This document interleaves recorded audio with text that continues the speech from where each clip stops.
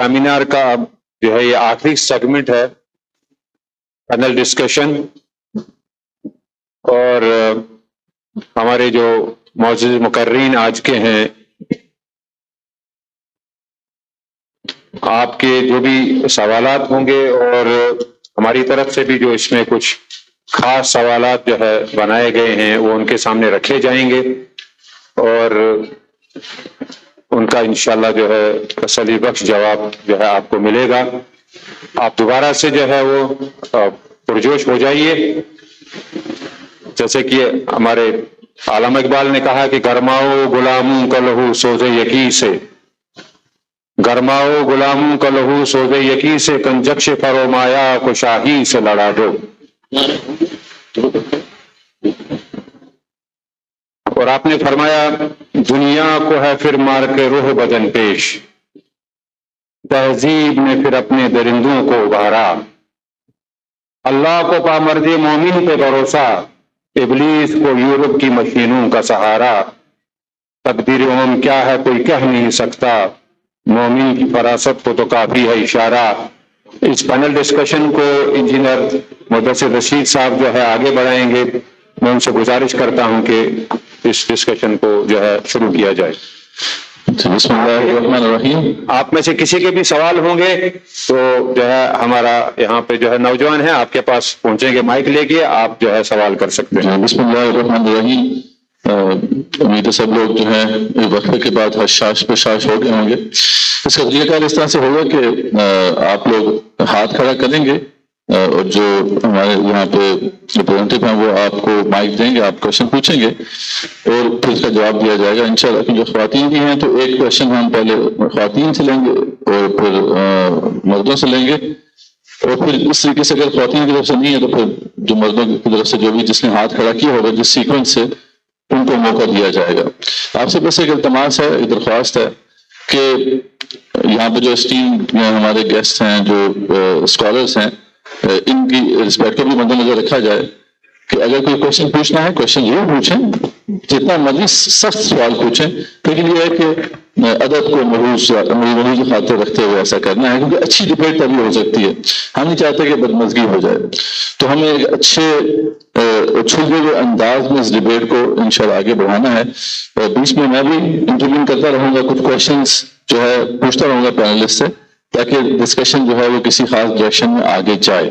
مقصد کیا ہے؟ مقصد یہی ہے کہ جو ابھی آپ نے تقاریر سنی ہیں اس کے بعد آپ کے ذہن میں بہت سے کوشچنز جو ہے وہ آئے ہوں گے، تو آپ نے ان کوشچنز کو پوچھنا ہے اور ان نیریٹیوز کو بھی ضرور آپ سامنے لے کر آئیں جو اس کے خلاف جا رہے ہیں۔ ظاہر بات ہے ایک تو نیریٹیو ہم پیش کر رہے ہیں، لیکن ایک نیریٹیو اس کے خلاف بھی ہے، وہ بھی اعتراضات اگر آپ پوچھنا چاہتے ہیں پوچھیں، اس میں کوئی مسئلہ نہیں، لیکن بس جب موقع دیا جائے مختصر رکھیں اپنے کوشچن کو، ٹو دا پوائنٹ رکھیں تاکہ زیادہ لوگوں کو موقع ملے۔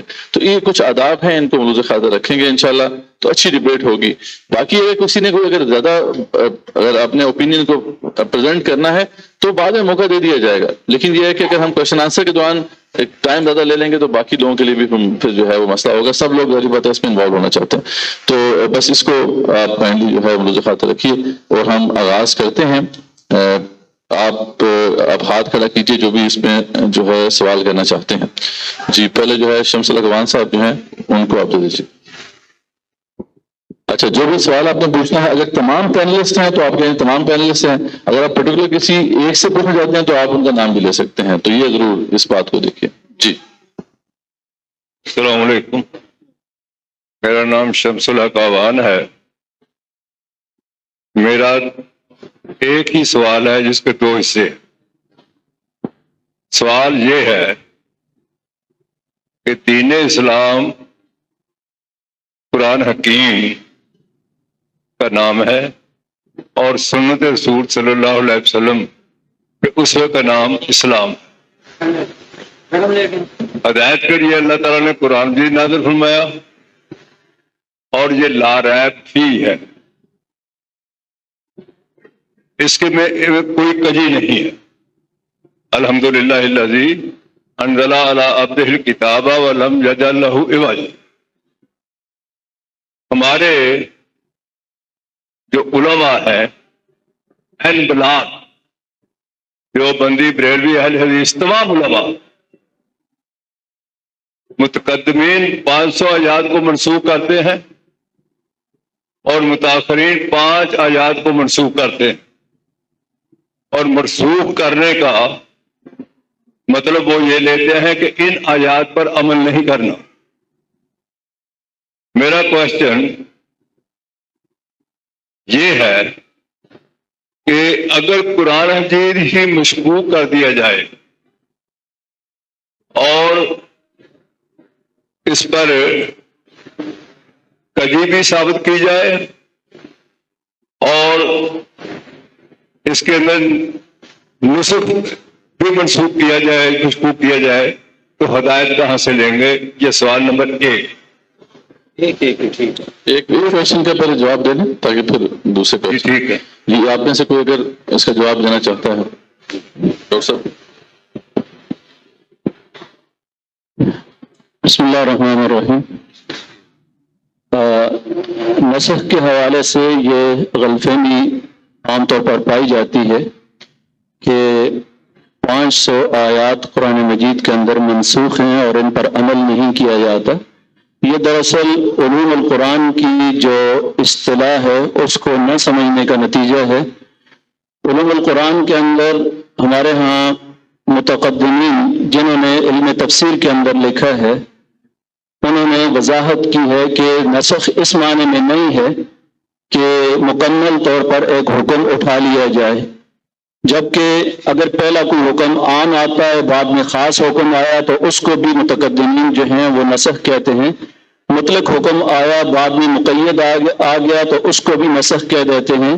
اس وجہ سے یہ نسخ نہیں ہوتا، پہلے ایک حکم عام ہے بعد میں اس کے اندر کچھ تخصیص کر دی جاتی ہے قرآن کی دوسری آیت کے ذریعے، اور یہ قرآن کی القرآن یفسر بعضہ بعضا، قرآن کا ایک حصہ دوسرے حصے کی تفسیر کرتا ہے، اس طریقے سے کہ ایک حصے کے اندر کوئی عام بات ذکر کی گئی ہے دوسرے حصے کے اندر تخصیص کر دی جاتی ہے، ایک حصے کے اندر حکم مقید ذکر کیا جاتا ہے جس میں اس طرح 500 کے قریب آیات ہیں اور سب پر عمل ہوتا ہے۔ ایسا نہیں ہوتا کہ نسخ کے اس مفہوم کے اندر جو ہے وہ عمل نہیں کیا جاتا۔ اس وجہ سے متاخرین نے بعد میں جو تعریف کی ہے اس کی ازالۃ الحکم بالحکم، کہ ایک حکم کو دوسرے حکم کے ذریعے ختم کرنا، اس معنی میں جو ہے وہ کوئی 21 کے قریب یا شاہ ولی اللہ رحمۃ اللہ علیہ کی رائے اور اس کے بعد 5 کے قریب آیات جو ہے کچھ توجیہ کر کے اس کے اندر 5 کے قریب آیات، اور یہ نسخ جو ہے یہ قرآن مجید کے اندر اللہ تعالیٰ نے خود اس کے بارے میں وضاحت فرمائی، ما ننسخ من آیۃ او ننسها نأتی بخیر منها، کہ جب بھی ہم قرآن کے اندر کوئی حکم منسوخ کرتے ہیں تو اس سے بہتر حکم لے آتے ہیں یا اس جیسا حکم دوسرا لے آتے ہیں۔ یہ قرآن مجید نسخ کے حوالے سے اپنی صراحت خود کرتا ہے اور یہ اصول خود بیان کیا، کیونکہ بعض یہود کی طرف سے نسخ پر اعتراض کیا گیا تھا کہ یہ نعوذ باللہ کیسا خدا ہے جس کو یہ معلوم نہیں کہ پہلے ایک حکم نازل کیا جا رہا ہے اس کو معلوم نہیں، بھول کر اب دوسرا حکم جو ہے وہ نازل کیا جا رہا ہے۔ اس پہ اعتراض یہود کی طرف سے کیا گیا تو قرآن مجید نے اس کے جواب میں یہ بات کہی کہ ما ننسخ من آیۃ او ننسها نأتی بخیر منها او مثلها الم تعلم ان اللہ علی کل شیء قدیر، کہ اللہ تعالیٰ ان ساری چیزوں پہ قدرت رکھتا ہے اور ایک حکم کو منسوخ کر کے، یہ تدریج کا عمل ہے قرآن کا کہ ایک حکم پہلے ابتدان، جس طریقے سے ابھی ایک مثال میں آپ کے سامنے ذکر کر دیتا ہوں کہ جس طریقے سے وصیت کے بارے میں ابتدان حکم یہ دیا گیا تھا کہ وصیت آپ پر فرض کی گئی ہے، للوالدین والاقربین، والدین کے لیے بھی آپ کر سکتے ہیں، قریبی رشتہ داروں کے لیے بھی، لیکن بعد میں جب یہ حکم آیا یوصیکم اللہ فی اولادکم للذکر مثل حظ الانثیین، تو نبی اکرم صلی اللہ علیہ وسلم نے فرمایا کہ ان اللہ آتا کل وارث کل ذی حق حقہ الا لا وصیۃ لوارث، اللہ تعالیٰ نے اس آیت کے اندر اب ہر حقدار کو حق دے دیا ہے، اب کسی وارث کے لیے وصیت نہیں کی جا سکتی۔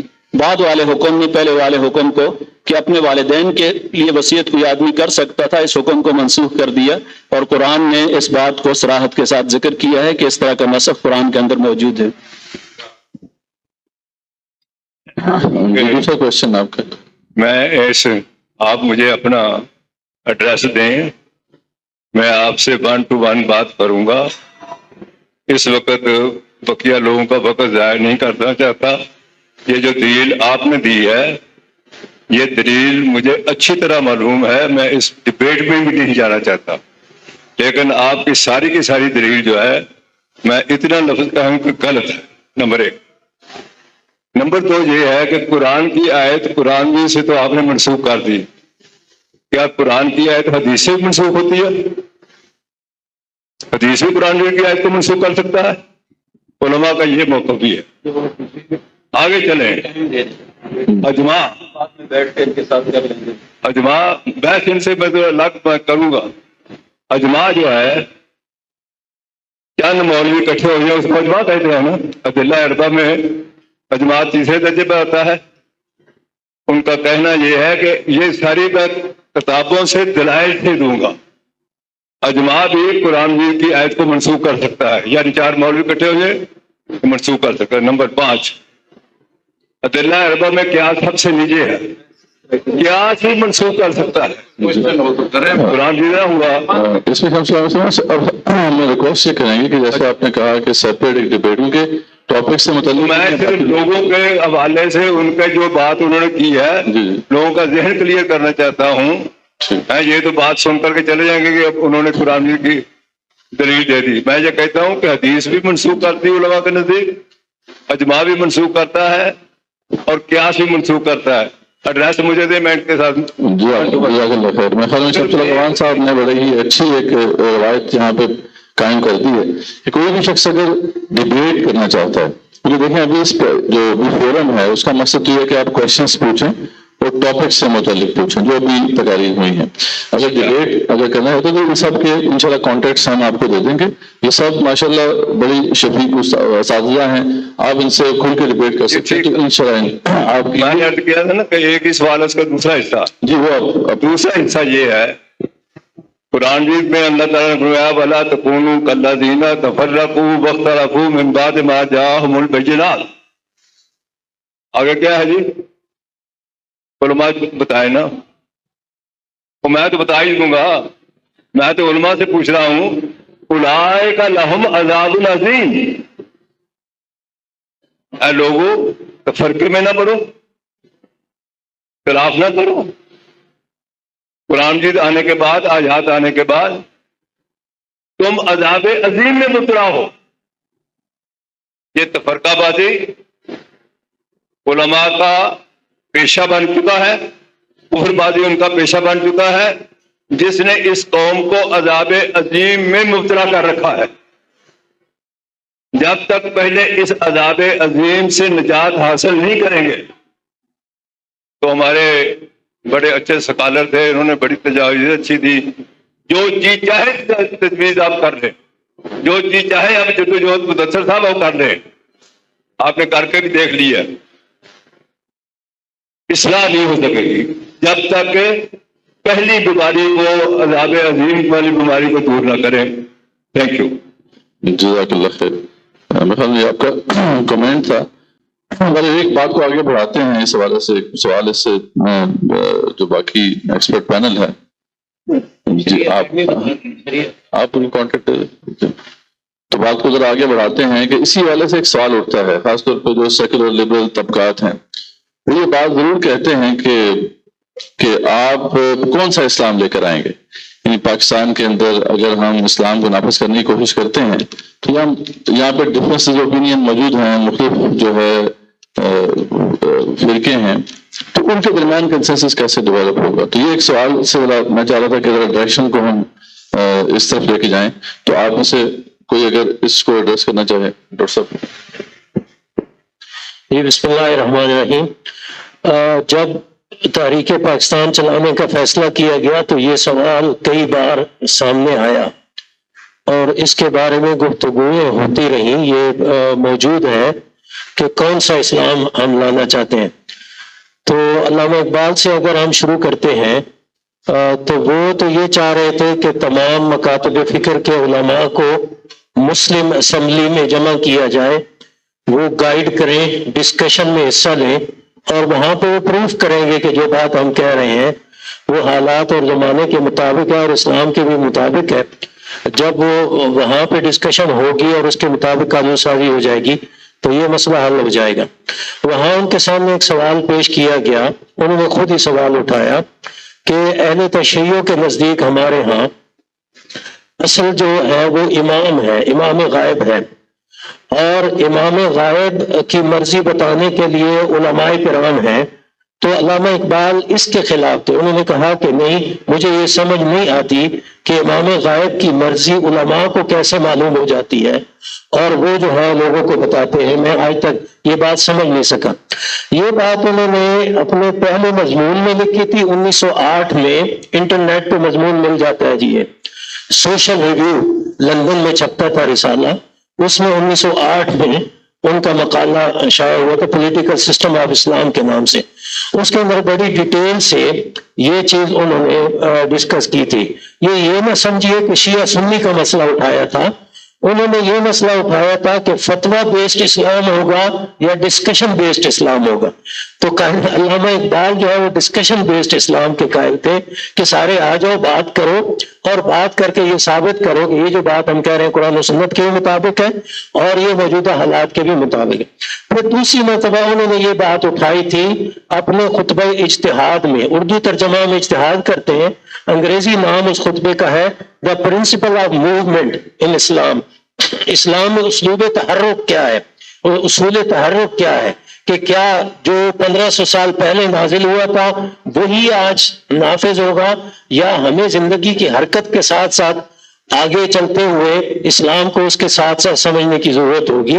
تو اس خطبے کے اندر انہوں نے پھر اس مسئلے کو اٹھایا تھا، جہاں انہوں نے حل یہی بتایا تھا کہ ایک اسمبلی بنائیں، مسلم اسمبلی ہونی چاہیے، اس کے اندر تمام مکاتب فکر جو ہیں ان کے نمائندے ہوں اور وہ گائیڈ بھی کریں، ڈسکس بھی کریں وہاں. پھر انہوں نے کہا کہ یہ جو ایرانی اس وقت فارسی وہ تھا کانسٹیٹیوشن تھا، اس کے اندر بات ہے، یہ 1907 میں تقریباً ایران کے کانسٹیٹیوشن میں بات آئی تھی.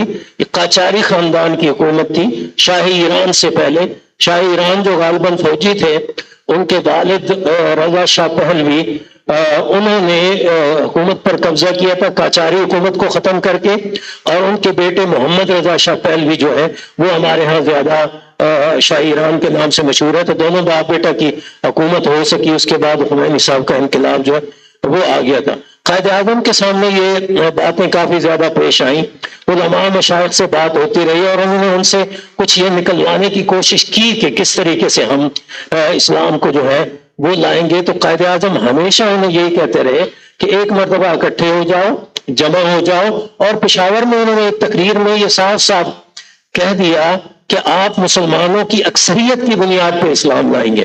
یعنی جب آپ مسلمان ہوں گے، آپ اسمبلی کے اندر ہوں گے، وہاں آپ کی ڈیبیٹ ہوگی. حتیٰ کہ جیسے میں نے اپنی تقریر میں بھی عرض کیا کہ جو راجہ صاحب محمود آباد تھے، ان کے نام سے راولپنڈی میں پورا ایک روڈ بھی ہے، اور قائد اعظم کے بہت اچھے ساتھی تھے، وہ شیعہ تھے اور بہت پکے شیعہ تھے، تعزیہ نکلتا تھا ان کے گھر سے.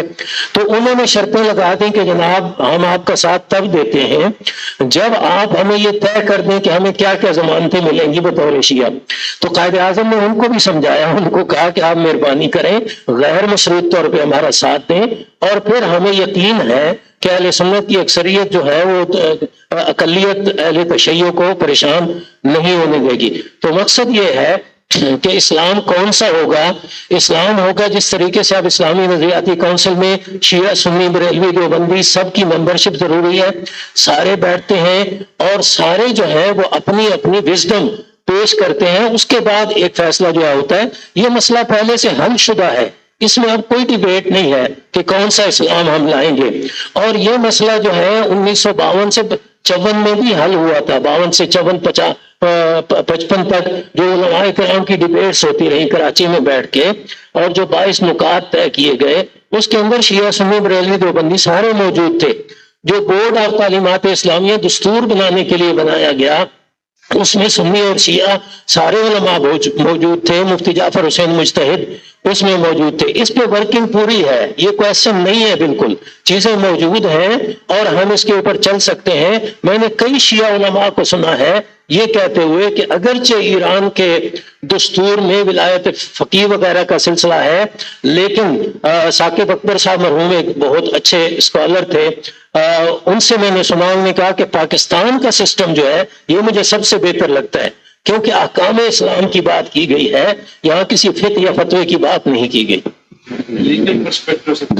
آپ اس میں کچھ بسم اللہ الرحمن الرحیم. میں تھوڑا سا لیگل پرسپیکٹو اس کا بیان کرنا چاہتا ہوں. بنیادی طور پر جو فرقہ واریت اور یہ بدنام ہوا ہے لفظ، یہ اسکول آف تھاٹ ہیں، اسکول آف انٹرپریٹیشن ہے. کسی بھی چیز کی کئی انٹرپریٹیشنز ہو سکتی ہیں، اس کی تشریح ایسے بھی ہو سکتی ہے، ایسے بھی ہو سکتی ہے.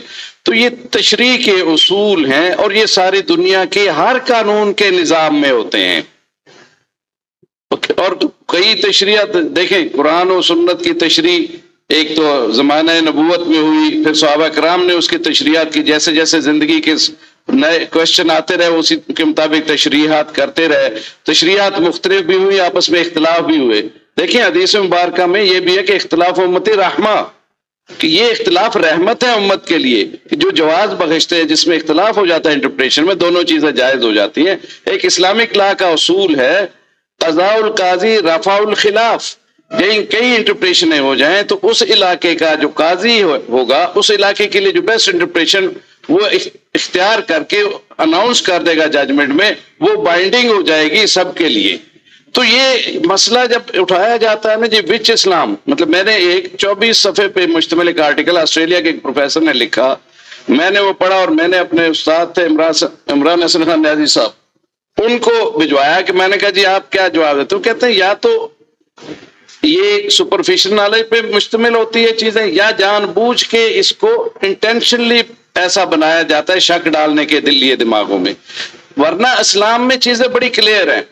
انٹرپریشن ہے، یعنی جو شافعی اور حنفی حنبلی مالکی یہ ساری انٹرپریشنز ہیں، اور انٹرپریشنز کو اس علاقے کے لوگوں کے لیے جب ایک دوسرے کو کبھی کسی نے یہ نہیں کہا کہ ان کی غلط ہے اور ہماری صحیح ہے، وہ بھی صحیح ہے وہ بھی صحیح ہے. اولا میں فرق ہوتا ہے، اور اولا کا فرق جو ہے اس میں دونوں کا جواز مل جاتا ہے.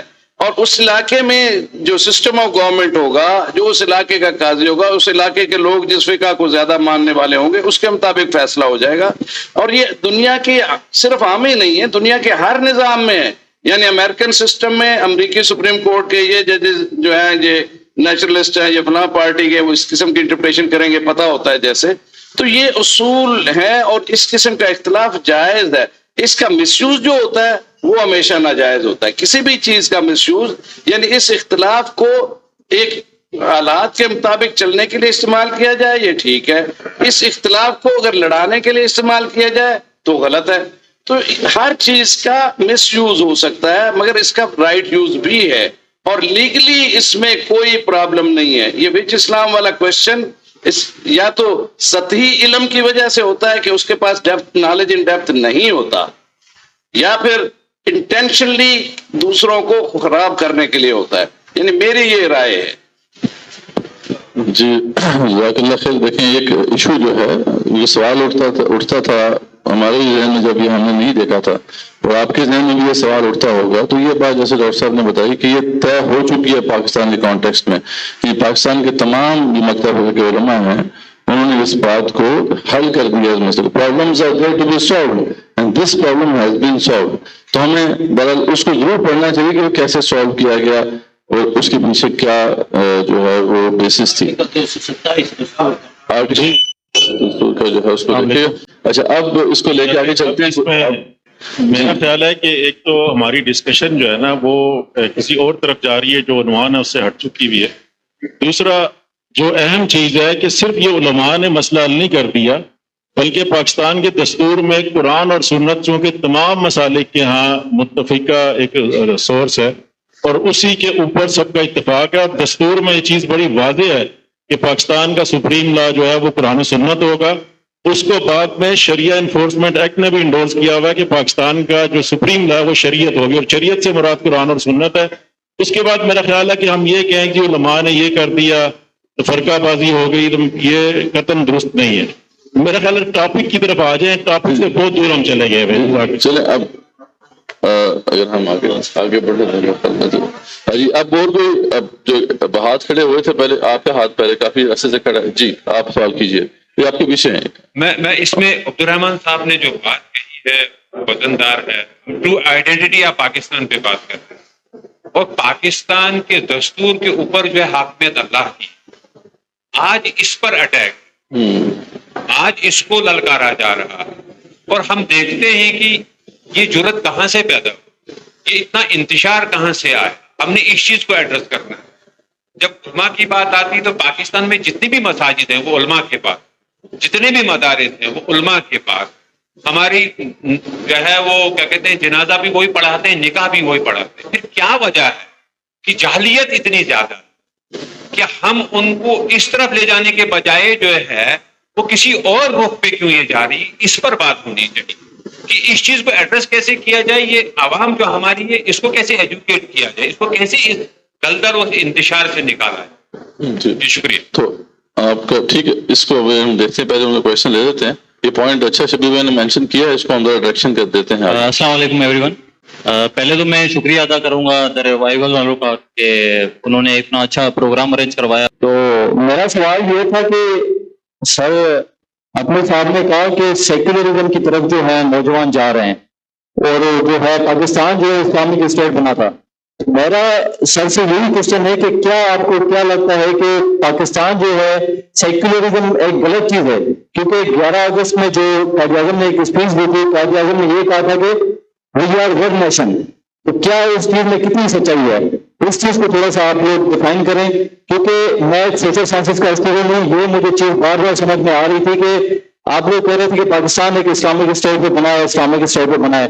میں اس چیز کو سن رہا تھا. بٹ سر جب آپ نے کہا ہے کہ پاکستان جو ہے ایک سیکولرزم کی طرف جا رہا ہے، وہ چیز غلط ہے. لوگوں میں ایک شعور، یہ میں کہتا ہوں کہ سیکولرزم جو ہے لوگوں میں شعور آنا سیکھ گئے ہیں لوگ، کہ وہ چاہتے ہیں کہ ہمیں سیکولرزم آئے کہ ہم جانیں دوسری قومیں کیا چاہتی تھی. تو اس کے بارے میں آپ کا کیا خیال ہے سر؟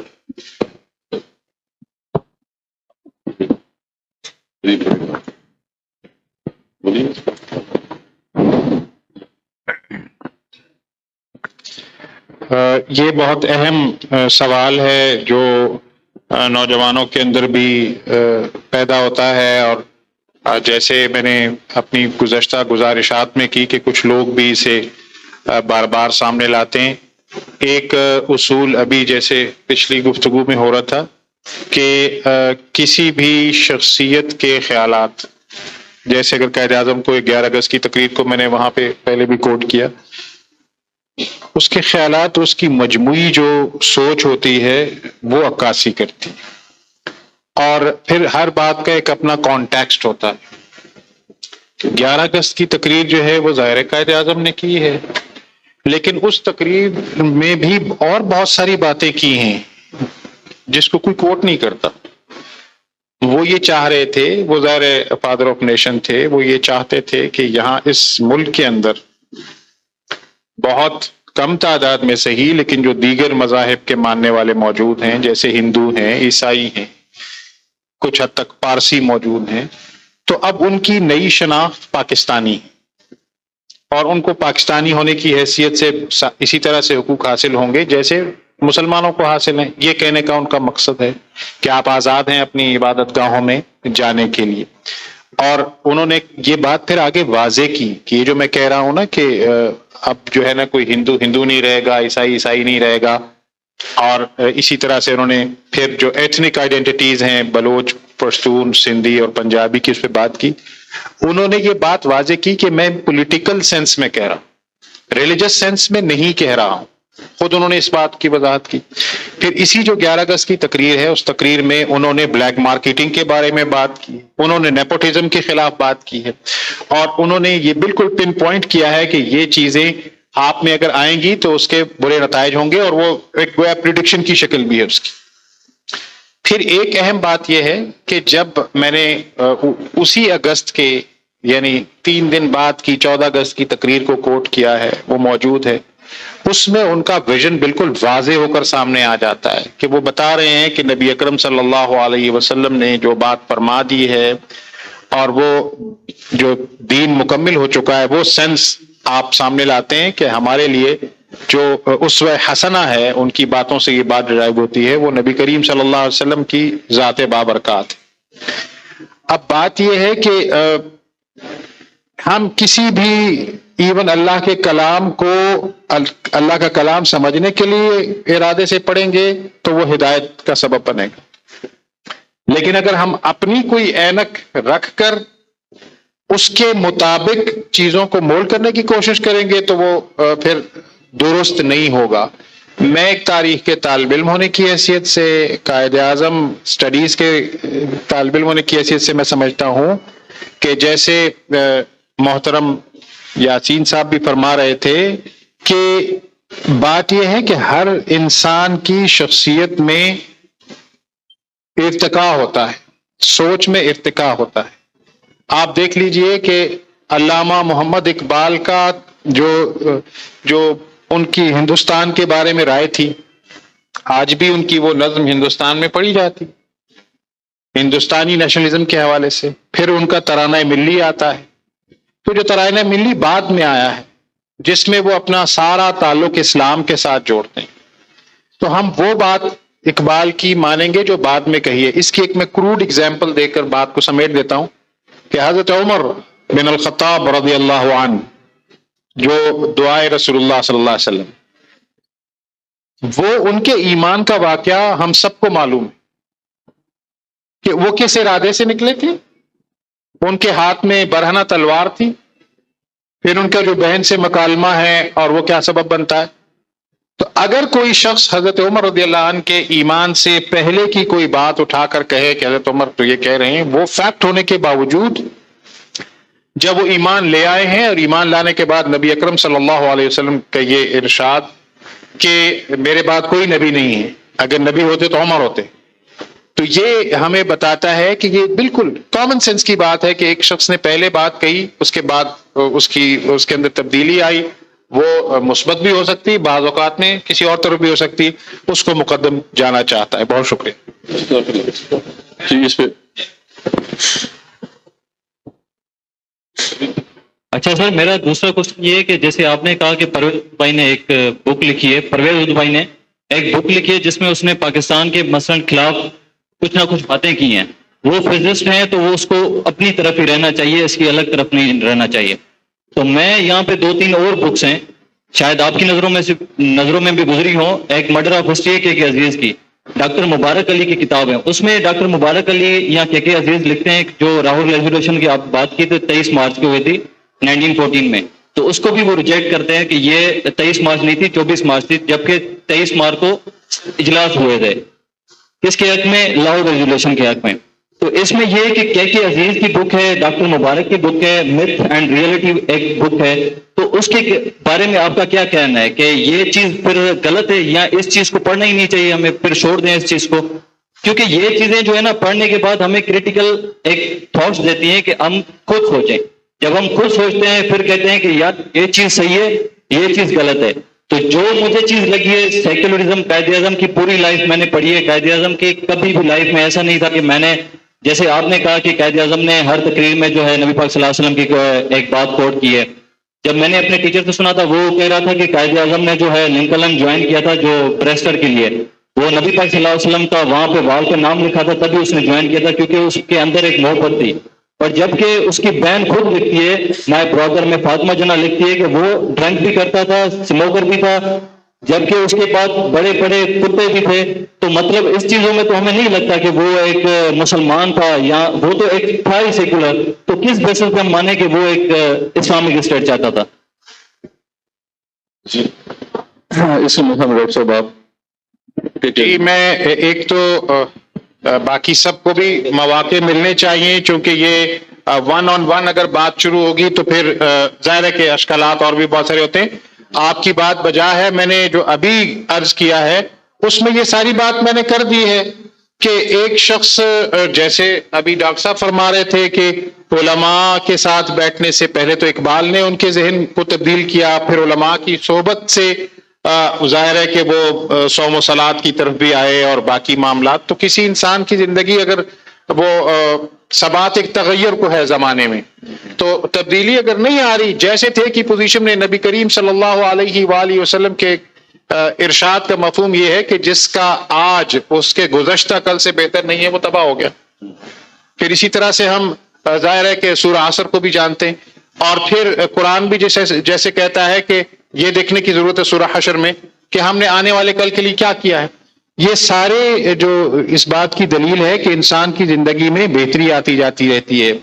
اور اہم بات یہ ہے کہ اگر وہ مائی بردر میں ایسی باتیں اتنی نہیں ہے جتنی باقی لوگوں نے اس کو کوشش کی ہے کرنے کی، کہ وہ اسموکنگ کرتے تھے، ان کے پاس کتے ہوتے تھے، یہ تو تصویریں بھی موجود ہیں، سارا کچھ ہے.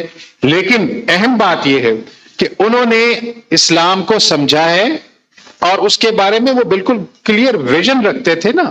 وہ جیسے اب آپ نے مختلف اسکالرز کی گفتگو میں دیکھا کہ وہ خود یعنی جو پرائمریلی ان کا فیتھ تھا وہ اسماعیلی شیعہ فیتھ تھا، لیکن ابھی راجہ محمود آباد کی بات ہو رہی، راجہ صاحب محمود آباد کی، تو ہونا تو یہ چاہیے تھا کہ وہ اپنی انٹرپریٹیشن کے مطابق کہتے کہ جی بس ٹھیک ہے، یہاں تو پھر اسماعیلی فیتھ ہونا چاہیے، آغا خانی فیتھ ہو جانا چاہیے. اور یہاں میں ایک اور آپ کو حوالہ دوں کہ جب قائد اعظم اس دنیا سے رخصت ہو گئے اور ان کی جائیداد کے حوالے سے کیس چلتا رہا ہے، اس کیس کے اندر پھر فاطمہ جناح نے یہ بات خود کہی کہ قائد اعظم سے جب ان سے پوچھا گیا کہ وہ کس فیتھ پر بلیو کرتے تھے، یعنی انٹرپریٹیشن آف فیتھ پر، تو یہ بات اب پبلشڈ بھی ہے، موجود ہے کہ فاطمہ جناح نے کہا کہ ان سے جب یہ سوال کیا گیا کہ آپ شیعہ ہیں یا سنی ہیں، انہوں نے کہا جی میں مسلمان ہوں. اب ایک شخص جو خود جو بات کر رہا ہے، ہم اگر ماضی کی باتوں کو کریدنے شروع کریں گے تو وہ معاملات نہیں ہوں. باقی آپ کا یہ جو حصہ ہے کہ جو چیزیں پبلش ہو رہی ہیں انہیں پڑھنا چاہیے یا نہیں پڑھنا چاہیے، یقیناً پڑھنا چاہیے، لیکن میری ایک جو طالب علمانہ رائے ہے وہ یہ ہے، پہلے وہ فَاسْأَلُوا أَهْلَ الذِّكْرِ إِن كُنتُمْ لَا تَعْلَمُونَ، قرآن نے ایک اصول دے دیا، جو سبجیکٹ کے ایکسپرٹس ہوتے ہیں ان سے پوچھنا چاہیے کہ کتابوں کو پڑھنے کی، سوچ کو پڑھنے کی ترتیب کیا ہو. بنیاد اگر واضح ہو، بنیاد اگر مستحکم ہو تو پھر تو کچھ بھی پڑھا جا سکتا ہے. اس کی ایک میں کروڈ اگزامپل دوں گا کہ اگر قرآن کی تشریح کو پڑھنے کے لیے، میں ایسے بہت سارے لوگوں کو جانتا ہوں کہ وہ اگر ابتدا ہی غلام احمد پرویز سے کریں گے پڑھنے کی، تو اس کا نتیجہ یہ ہوگا کہ وہ پھر احادیث کے بارے میں جو نالج ہے اس سے وہ اسے خاص اینگل سے وہ دیکھیں گے. بنیادی طور پر میں نے اپنی یہ جو ابھی آپ کے سامنے نگارشات پہلے پیش کی روسٹرم پر، اس میں نے یہ بات عرض کی تھی کہ ڈفرینٹ انٹرپریٹیشنز ہیں، ہمیشہ سے رہی ہیں، لیکن اگر ہم سمجھنا چاہتے ہیں کہ قائد اعظم کیسا پاکستان چاہتے تھے، اقبال کیسا پاکستان چاہتے تھے، میں سجیسٹ کروں گا آپ کو بھی کہ آپ ایس ایم اکرام، شیخ محمد اکرام کی جو کتب ہیں بڑی دلچسپ ہیں، بڑی معلومات ہیں اس میں، اور اس کو کوثریات بھی کہتے ہیں. آپ آب کوثر، رود کوثر اور موج کوثر کو پڑھیں تو یہ پورا ایک سیکوینس سامنے نظر میں آ جائے گا. اس کے بعد بھی آپ اکرام صاحب سے اختلاف کر سکتے ہیں. بود باعث جو ہیں ان کا ایک اپنی اٹھان ہے، اپنا مزاج ہے. جو مبارک علی ہیں ان کی بات میں نے کہی، مبارک علی ایک تسلسل کے ساتھ لکھتے ہیں ڈان کے اندر، ظاہر ہے اس کا اپنا ایک ہلکا اثر ہے. اب بات یہ ہے کہ اگر ہم یہ ایک انٹرپریٹیشن ہے نا، بہت سارے اس کائنات میں اربوں لوگ موجود ہیں اور ان کے اندر بہت سارے ایسے لوگ ہیں جو خدا کے وجود کو تسلیم نہیں کرتے. بہت سارے ایسے لوگ ہیں کہ جو انبیاء کو فالو نہیں کرتے یا آخری نبی صلی اللہ علیہ وسلم کو نہیں مانتے. وہ اپنی جگہ پر موجود تو ہیں، لیکن اس کا یہ مطلب نہیں ہے کہ وہ ان کی رائے دوسروں کے مقابلے میں زیادہ اہم ہے. میری انٹرپریٹیشن کے مطابق میں نے آپ کے سامنے پیش کیا کہ اگر ہم سمجھنا چاہتے ہیں تو ایس ایم اکرام ہیں، آئی ایچ قریشی ہیں، رفیق افضل ہیں، ریاض احمد ہیں، اے ایچ دانی ہیں، یہ بہت بڑے بڑے اپنے فیلڈ کے اپنے وقت کے لوگ ہیں. ان کی کتب کو پڑھیں، ان کو بھی پڑھیں اور پھر اپنی رائے خود قائم کریں. جزاک اللہ خیر. میرے خیال میں اچھا ابھی آپ کو باقیوں کو موقع ملنا چاہیے، آپ کا بھی کوشچن پہ بعد میں لیں گے. پہلے ایک بات بڑی خوبصورت جو ڈاکٹر صاحب نے واضح کی کہ دیکھیں ٹرانزیشن ہوتی ہے پرسنالٹی میں. کوئی بھی انسان جو ہے وہ کنٹرڈکشن سے پاک نہیں ہوتا. اور یہ اس وقت میرے سامنے بھی یہ بات واضح ہوئی جب علامہ اقبال کو غور سے ہم نے دیکھا تو بعض لوگ کہتے تھے علامہ اقبال کمیونسٹ ہے. اب یہ کہنا جو ہے نا بڑی سپرفیشل بات ہے. ان کی وہ ایک عدد نظم کو لے کے بندہ جو ہے یہ رائے بنا لے. تو وہ جو ڈاکٹر صاحب بات اصول بیان کر رہے ہیں وہ یہ کہ اس کی پوری لائف کو دیکھنا چاہیے، اس کی ٹرانزیشن ہوئی، اور پھر یہ دیکھنا چاہیے کہ جو آخری حصہ ہوتا ہے اس میں اس کا کیا موقف بنا. تو یہ بڑی اہم ایک جو ہے ایک اصول ہے جو ڈاکٹر صاحب نے بیان کیا.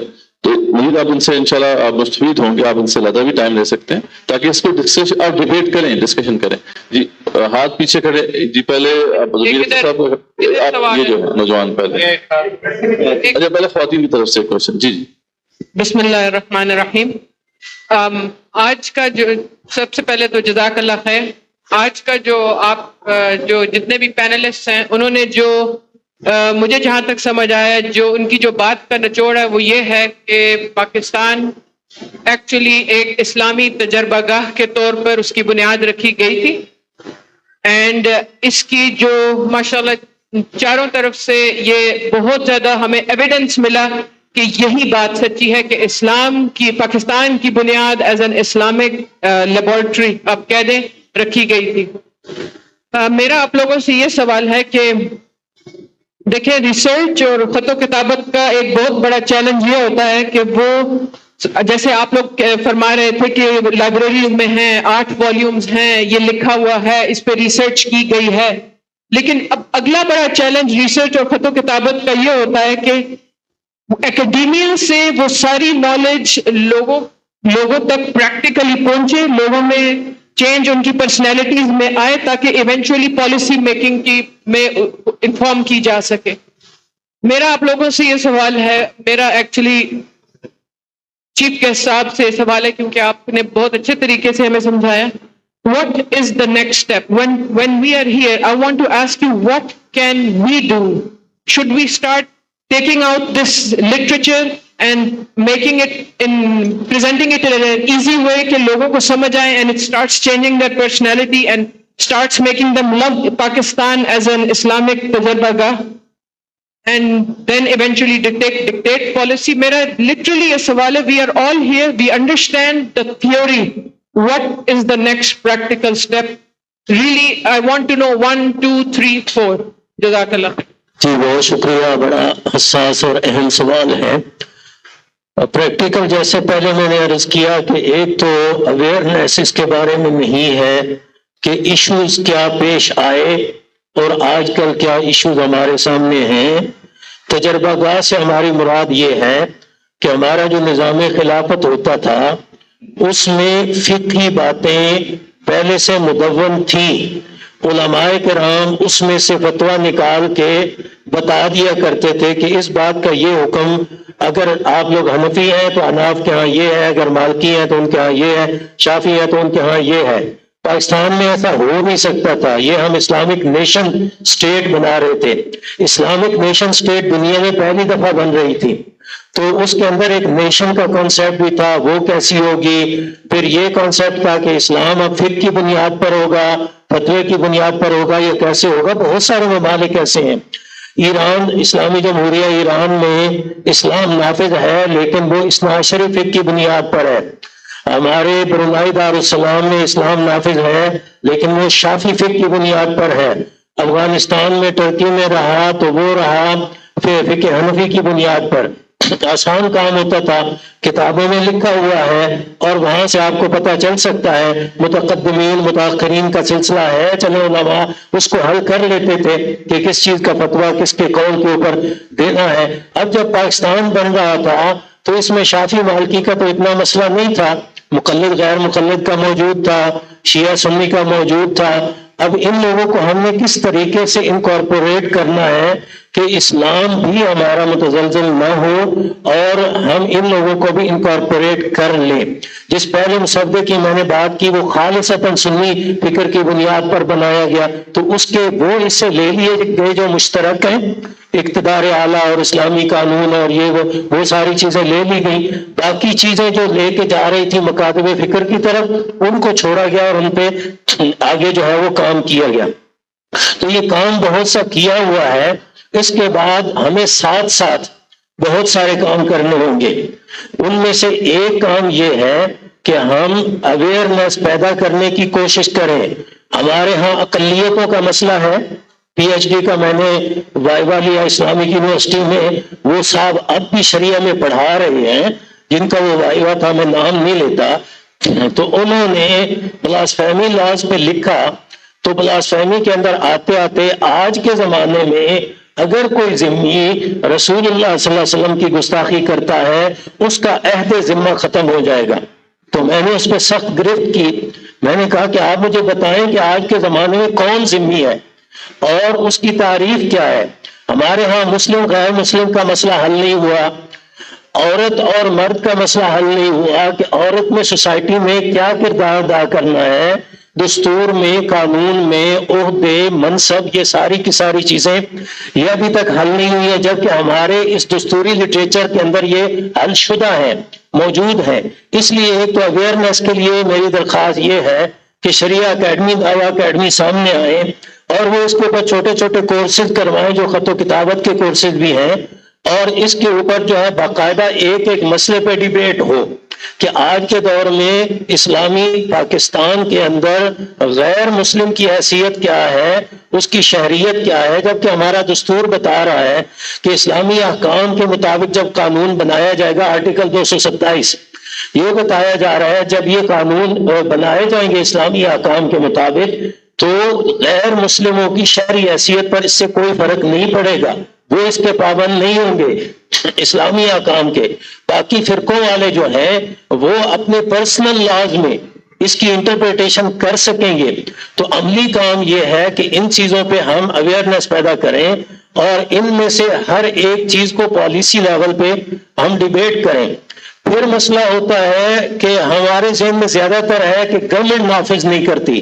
میں ہاتھ جوڑ کے عرض کرتا ہوں کہ یہ گورنمنٹ کی ہمت سے بڑا کام ہے، اس سے نہیں ہوگا۔ ان کے مسائل ہیں، انہوں نے IMF کے پاس جانا ہے، آپ کے لیے کھانے کا انتظام کرنا ہے اور پتہ نہیں کیا کیا کرنا ہے۔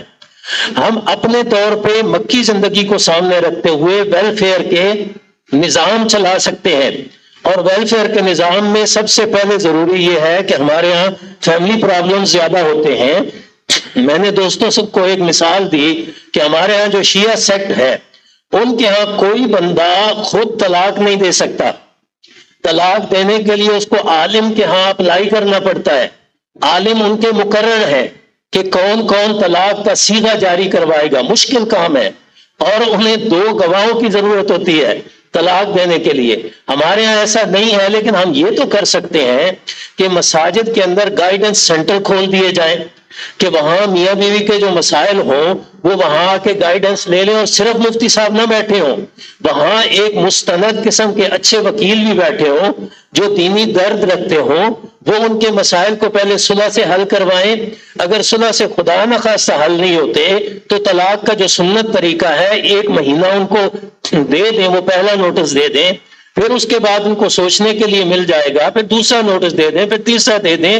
یہ کام ہمیں مساجد سے شروع کرنا ہوگا۔ یہ جو ہم کام آج یہاں کر رہے ہیں میرے خیال میں اس کی اصل جگہ مسجد تھا۔ مسجد جو ہے اگر ہم ہر چیز کو اس کے ساتھ لنک کر دیں گے تو اسلام کی بہت سی چیزیں ہمیں سمجھ میں آ جائیں گی۔ ہمیں اسلام کا ماحول بنانے کی ضرورت ہے۔ تو میرا خیال ہے یہ 1-2 چیزیں ہم شروع کر لیں، اس کے بعد ہے عدالتی سطح پہ کام کرنے کی ضرورت ہے، ہمارے لوگ جو ہیں قانون سازی ہوتی ہے وہاں پہ کام کرنے کی ضرورت ہے۔ تو کافی ساری چیزیں ہیں جن کو چاک آؤٹ کر کے کام شروع کیا جا سکتا ہے۔ بہت شکریہ۔ جزاک اللہ خیر۔ جی ضمیر اختر صاحب نے ہاتھ کھڑا کیا ہوا تھا، تو آپ پہلے انہوں نے السلام علیکم ورحمۃ اللہ وبرکاتہ۔ ضمیر اختر صاحب، میرا سوال جو ہے وہ برادرم ڈاکٹر اکرام اللہ یاسین صاحب سے ایک استفسار ہے کہ پاکستان میں جو اسلامائزیشن کا پروسیس ہے الحمدللہ اس کے لیے بہت سے ادارے وجود میں ہے۔ مجھے اب ان کے سان اور تواریخ کو یاد نہیں، اسلامی نظریاتی کونسل ہے، اسلامک ریسرچ انسٹیٹیوٹ ہے، فیڈرل شریعہ کورٹ ہے، لائک دس اور بھی بہت سے ادارے اور آرگنائزیشنز ہیں۔ اور پاکستان بننے کے فوراً بعد ہی جس طرح فرما رہے تھے کہ 41 سے کام شروع ہوا اور پھر پاکستان بننے کے بعد تو ادارے وجود میں آ گئے۔ اب قوم یہ دیکھ رہی ہے اور سن رہی ہے کہ اسلامی نظریاتی کونسل مقصد ہی یہ تھا کہ حکومت کو گائیڈ کرے اور قوانین کو، معاشرت کو، ہمارے معاشی نظام کو، پولیٹیکل سسٹم کو، ہماری سوشل اقدار اور لائف کو کس طرح اسلامائز کیا جائے۔ تو سنتے یہی چلے آ رہے ہیں کہ الماریاں بھری پڑی ہیں، فائلیں جو ہیں وہ اٹے پڑے ہیں دفاتر، لیکن کیا کام ہوا، کتنا کام ہوا، کس کس شعبے میں ہوا؟ اور 70 سال کی ریکمینڈیشنز کے بعد جس گورنمنٹ نے یا جس آئین کے تحت یہ باڈیز بنائی گئی ہیں، اسلامک یہ جو آئیڈیالوجیکل کونسل ہے، یہ ریسرچ انسٹیٹیوٹ ہے، تو سر سوال یہ ہے کہ کیا چیز مزاحم ہے کہ جو آپ کی سفارشات کو روبہ عمل نہیں لایا جا رہا؟ ادارہ تحقیقات اسلامی میں ہزاروں اسکالرز اب تک 20 گریڈ اور 22 تک جا کے سیلریز لے چکے اور کوئی ریکمنڈیشن ابھی تک عمل میں نہیں آئی.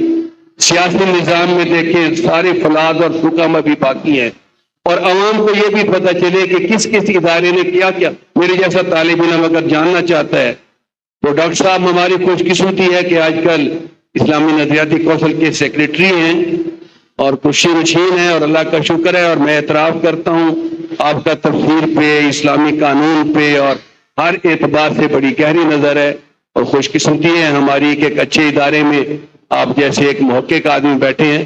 تو یہ معلومات کی حد تک جناب سے پوچھنا تھا کہ رکاوٹیں کیا ہیں اور کام کتنا ایک ہوا ہے اب تک. جی بہت شکریہ. اسلامی نظریاتی کونسل میں تقریباً ہر شعبے زندگی پر کام کیا گیا ہے. اسلامی نظریاتی کونسل کے 4 فرائض منصبی مقرر کیے گئے تھے اور یہ 4 جو ہیں 1947 سے گریجولی مقرر ہوئے ہیں. 1952 میں پہلا کمیشن بنا تھا جس کو لاء کمیشن کہا جاتا ہے. اس کے ذمے پرانے قوانین کو اسلام کے مطابق بنانے کا کام تھا. وہ پھر آہستہ آہستہ شروع ہوا، حکومتیں آئیں، سیاسی بل تھی نہیں تھی، وہ چلتے چلاتے گھسٹتے گھسٹاتے وہ اسلامی نظریاتی کونسل تک پہنچ گیا اور اب تک کونسل کے فرائض منصبی میں وہ بھی شامل ہے. اس سے پہلے جو بورڈ آف تعلیمات اسلامیہ بنا تھا اس کا کام دستور بنوانا تھا. الحمدللہ اس کا کام کافی حد تک ہوا، اگرچہ بورڈ کی جو سفارشات تھیں وہ ساری کی ساری انکارپوریٹ نہیں ہو سکی دستور میں، لیکن بہت سی ہو گئیں. ہم یہاں اسلامی امارت یا اسلامی خلافت قائم کرنا چاہتے تھے، مسلمانوں کا جو ذہن تھا اس وقت کا، لیکن یہ اسلامی جمہوریہ پاکستان پہ آ کے منتج ہوا. اچھی بات ہے، یہ بھی کام ہو گیا. تو پھر کونسل کا دوسرا کام جو ہے وہ یہ تھا کہ جو نئے قوانین بنتے ہیں ان کے بارے میں اپنی رائے دے، لیکن اس میں اس کو تھوڑا سا محدود کر دیا گیا.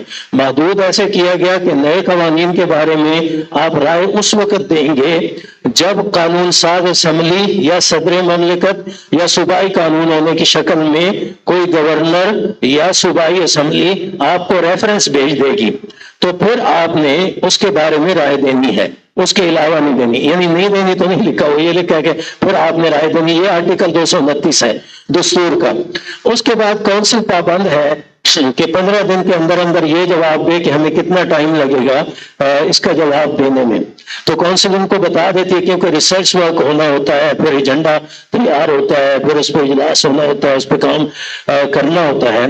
اب دستور میں تھوڑا سا ہماری آنکھوں میں یوں سمجھے کہ تھوڑا سا سلائی لگائی گئی اس بات کی کہ اگر مقننہ یہ سمجھتی ہے کہ جس بات کا سوال ہم نے کونسل کے پاس بھیجا ہے وہ تو جلدی قانون بنانا تھا اور کونسل جو ہے اس کا تو جواب 2 مہینے میں 3 مہینے میں آئے گا، تو اس کو اجازت ہے وہ قانون بنا سکتی ہے، لیکن یہ پابندی ہوگی کہ جو سوال بھیجا ہوا ہے جب اس کا جواب آئے گا تو کونسل کی رائے کی روشنی میں اسے نظر ثانی کرنی پڑے گی.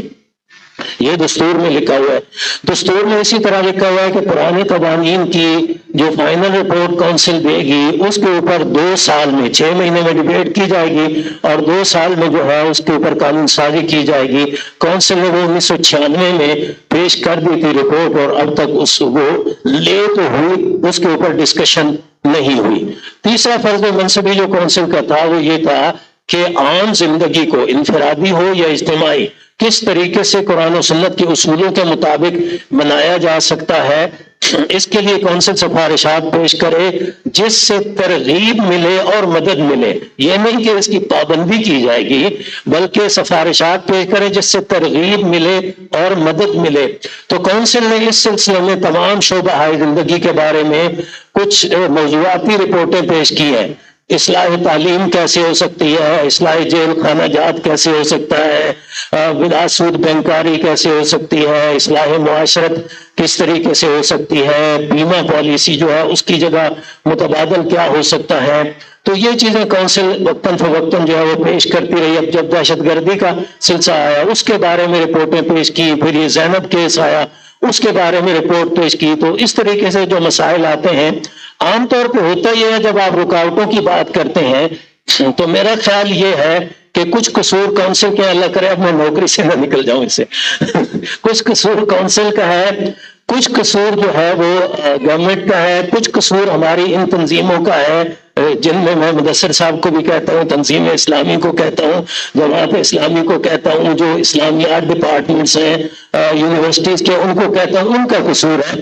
انہوں نے انٹیگریٹی پر کوئی کام نہیں کیا کہ جو ہمارا پرانا سسٹم تھا فتویٰ بیسڈ یا فقہی جزیات پر بیسڈ، اور آج کل کا جو دور ہے ڈسکشن بیسڈ، اس کی انٹیگریٹی پر ذرا بھی کام نہیں ہوا۔ اور اگر تھیسز لکھے جا رہے ہیں تو وہ بھی اسی پرانی طرز پہ لکھے جا رہے ہیں اور کوئی نیا کام اس میں نہیں کیا جا رہا۔ پالیسی لیول پہ ہم آ ہی نہیں رہے، اس طرف کچھ نہیں کر پا رہے، تو اس لیے مشکلات ہیں۔ کونسل کا قصور یہ ہے کہ کونسل کی جو سفارشات ہوتی ہیں وہ رپورٹ کی شکل میں جاتی ہیں، اور رپورٹ جو ہے وہ 500 صفحوں کی 600 صفحوں کی ہے۔ آپ خود بتائیں کہ آپ کو 500 صفحے کی کتاب دی جائے تو آپ کتنی پڑھیں گے؟ اور جو نیا ایم پی ہے وہ کیسے پڑھے گا؟ وہ تو نہیں پڑھے گا۔ اس لیے ضرورت اس بات کی تھی، حالانکہ دستور میں یہ لکھا ہوا ہے، کہیں انٹرپریٹیشن میں مسئلہ ہوا ہوگا، دستور میں لکھا ہوا ہے کہ طریقے بھی بتائیں کہ جو قانون جو ہے وہ آپ نے اسلام کے مطابق بتانا ہے، اس کا طریقہ بھی بتائیں کہ کس طریقے سے بنایا جا سکتا ہے۔ وہ طریقہ ہم نے ابھی تک کوئی نہیں بتایا، یہ سیدھی سی بات ہے۔ ہم کوشش کرتے ہیں پھر بھی نہیں بتا پا رہے۔ اچھا جی، اس کی بات جو ہے کونسل کی اس رپورٹ پر ہونی تھی قانون سازی اور نہیں ہوئی تو یہ رکاوٹ پیش آ گئی۔ دوسرا یہ ہے کہ علماء کرام جنہیں انٹیگریٹی پیش کرنی تھی وہ نہیں کر سکے۔ تو 3 میں نے یہ بتایا کہ پرانے قوانین پر کام کرنا، نئے قوانین کا ریفرنس آ جائے اس پر کام کرنا۔ چوتھا کام یہ ہے کہ عمومی زندگی کو کیسے قرآن و سنت کے مطابق بنایا جا سکتا ہے، اس پہ کونسل نے کام کیا۔